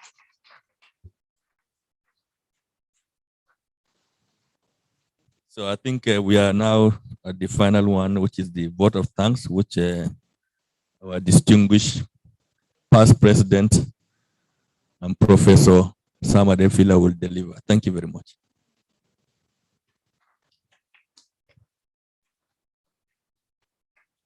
I think I should move close to the people I'm going to thank most so that they can know that really want to thank them and they can hear very, very well.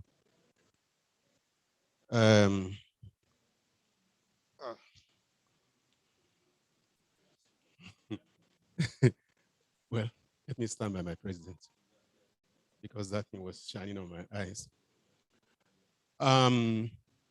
The president whispered to me that I will give vote of thanks, but I think he has already given the vote of thanks, hasn't he? So I'll just add a little bit to it. Thank you very much. Engineer Badiru, I didn't know that you invited 3 lecturers. I thought we had 2 lecturers, but here we are. Somebody doing 2 people's job. Chairmanship, lecturership. Well, she's an engineer anyway. So you are going home with the word engineer.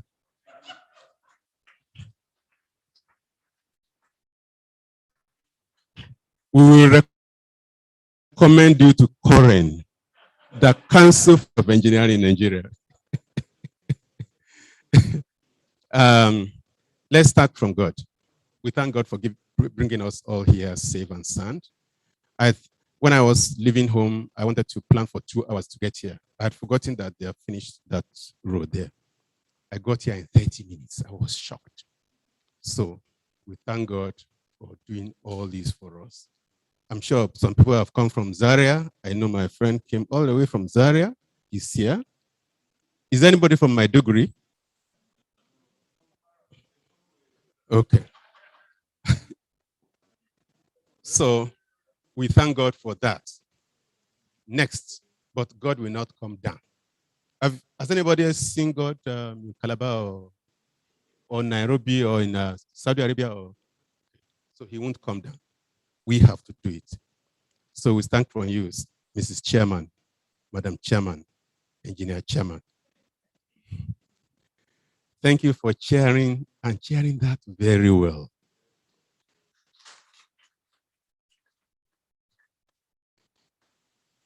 We know that you are a lawyer and you have done that for us. You are not a liar.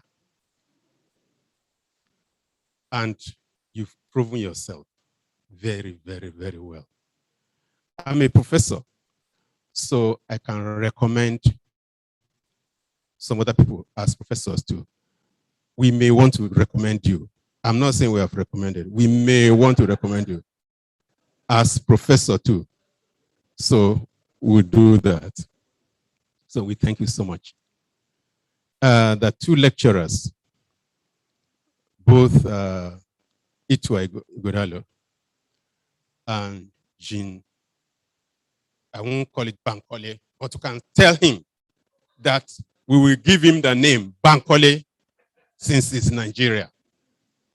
So Bankole is not here. Just like we said, God is not here, but we are representing. You have represented Bankole very well. Please tell him. And if you want us to write to him that we said that you have done very well, we will do that. You have done very, very well.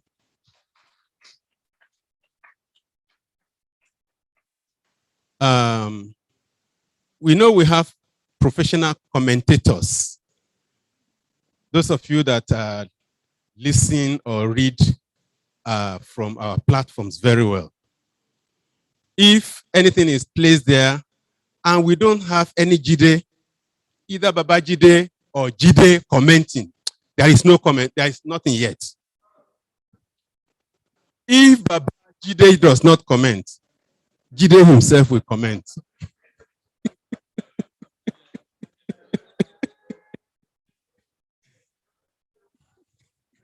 And you have seen that today. So we have very good comments. We always welcome you. If there is no question from you, then nothing has been said. And if a teacher delivers and no question, it's either that he has done so well that there is no question, or there is nothing to ask because he has not done anything.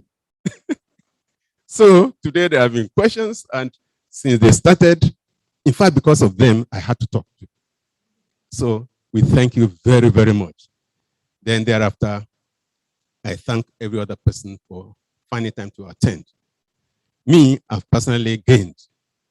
I gained experience. I said that our next governor of Benue State was talking. He said that he lost 1/4. I would have lost 50%, but I was able to gain experience. Now I know that if you have a farm, you must fence it. Fence your farm. So when I started farming as an engineer, I did the first one. He did 100 hectares, not so. I'm doing just 30 hectares. I think I will do better. But I learned so much from the first one that I made just about 10% of the input I made in the first one in the second. Honest. So I learned, just like you were advising those boys. Me too. I have cashew. I'm going to process my cashew. Initially, I'll start buying, just like my Oga Dangote started from selling sugar, started from selling bags of cement. Now he sells, he doesn't even sell trucks. He sells beyond trucks. So gradually, we'll get there. Like I've said, I'm sure Mr. President will ensure that the youths hear this. It's not only for us. They should hear it by themselves. Thank you very much. I thank you in advance because you are going to do that. And finally, I thank you for asking me to do the best thing to do here. Thanks and thanks.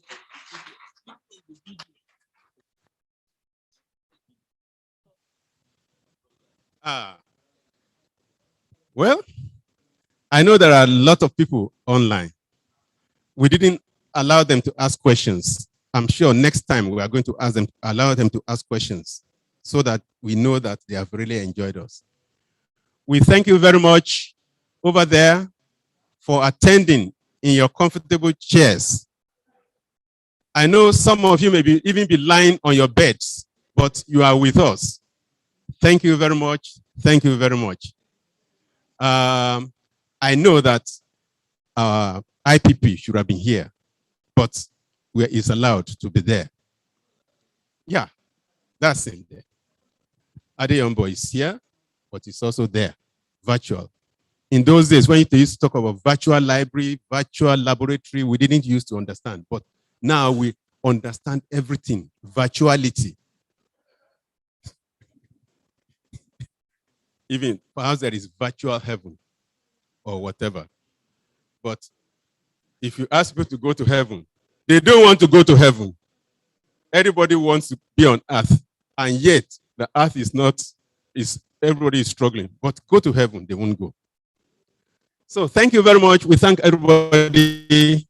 Finally, again, I thank you, Mr. Chairman, for allowing me to do the very best, for allowing me to give the very best that could be given, the gift of thanks. Thank you very much.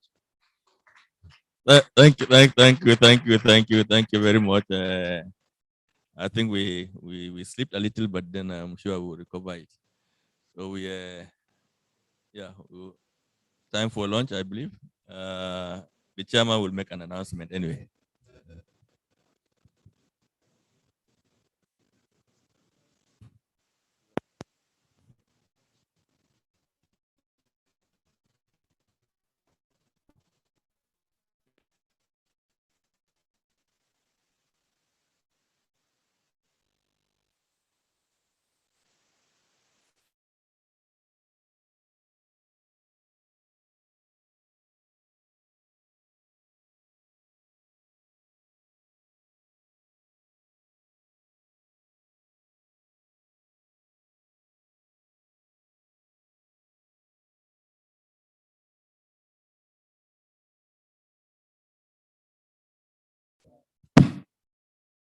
elders, and then it trickles down.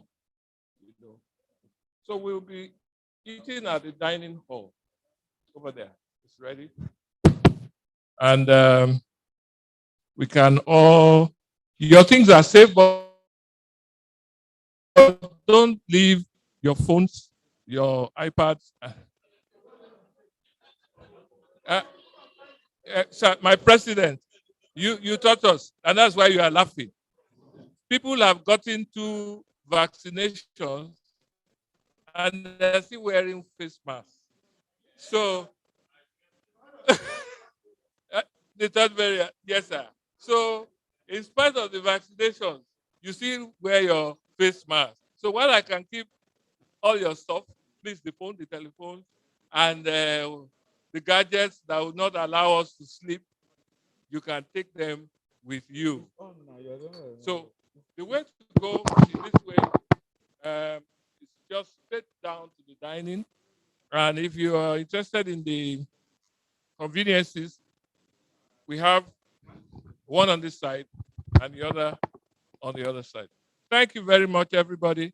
And I also like to thank the family of engineer Mrs. Oguntala for partnering with us and this 29th Fellows Conference.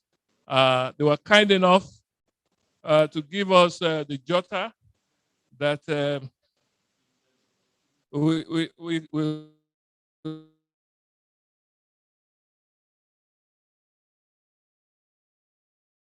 going to take home, and you need to know that one of us is running for the presidency of Nsche. That is Erelu Margaret Oguntala. In the 90s, 1980 something, people expected me to run for the presidency of Nsche. But I decided to concentrate on the Nigerian Society of Chemical Engineers. And that is what we did. What I did between 1987 and 1989, with him being my secretary. Now, the opportunity has come. We've never run for that post at Nsche. I will let you know the last 4 or 5 years, Nigerian Society of Chemical Engineers have been winning the group dynamics. You know that. The last one I went, because I knew we were going to win, I got there. Nigerian engineers scored 290 points. Number 2, civil engineering, 206 points. So you can see, we need to go and show our distinction again in that level. Therefore, ladies and gentlemen, you tell your other fellows that they should make sure they vote for this lady this year. Let us vote for her. Let us vote for her. I shall be campaigning for her on our platform. But for those of us here, please carry the message to other people. That is what I just want to add about this lady.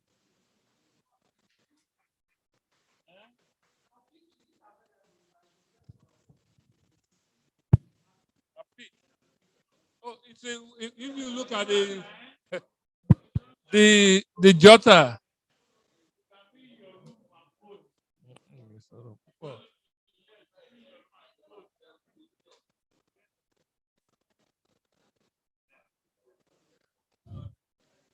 Thank you.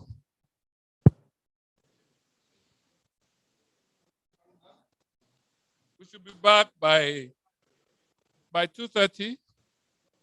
I think it's about 1:50 now. So 40 minutes should be 40 minutes. Quarter to. Quarter to. Quarter to. Or quarter to 3. Okay.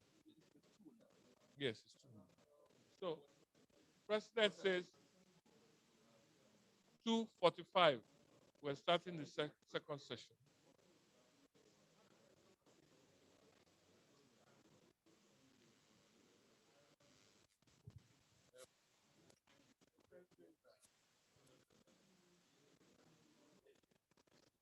We can't wait. We can't wait. Cannot wait. We cannot wait. People came from outside. They have flights. We cannot just create Ayere. I don't know. We can't wait.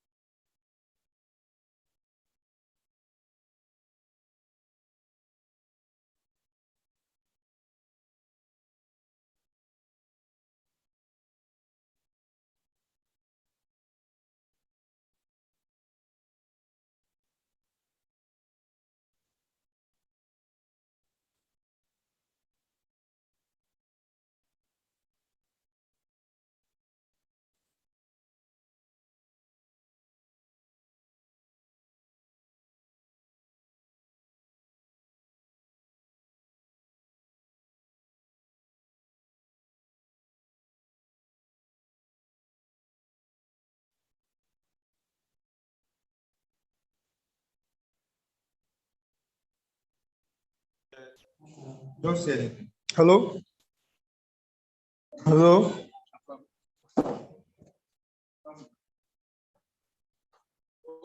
So that I explain to you the way it's going to work. That's why I want to. Hello? Hello?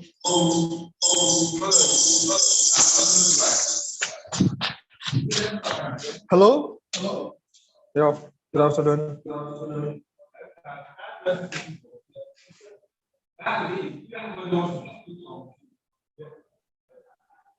Hello?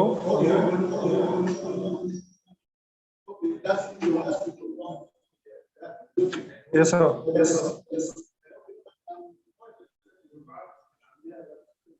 Thank you.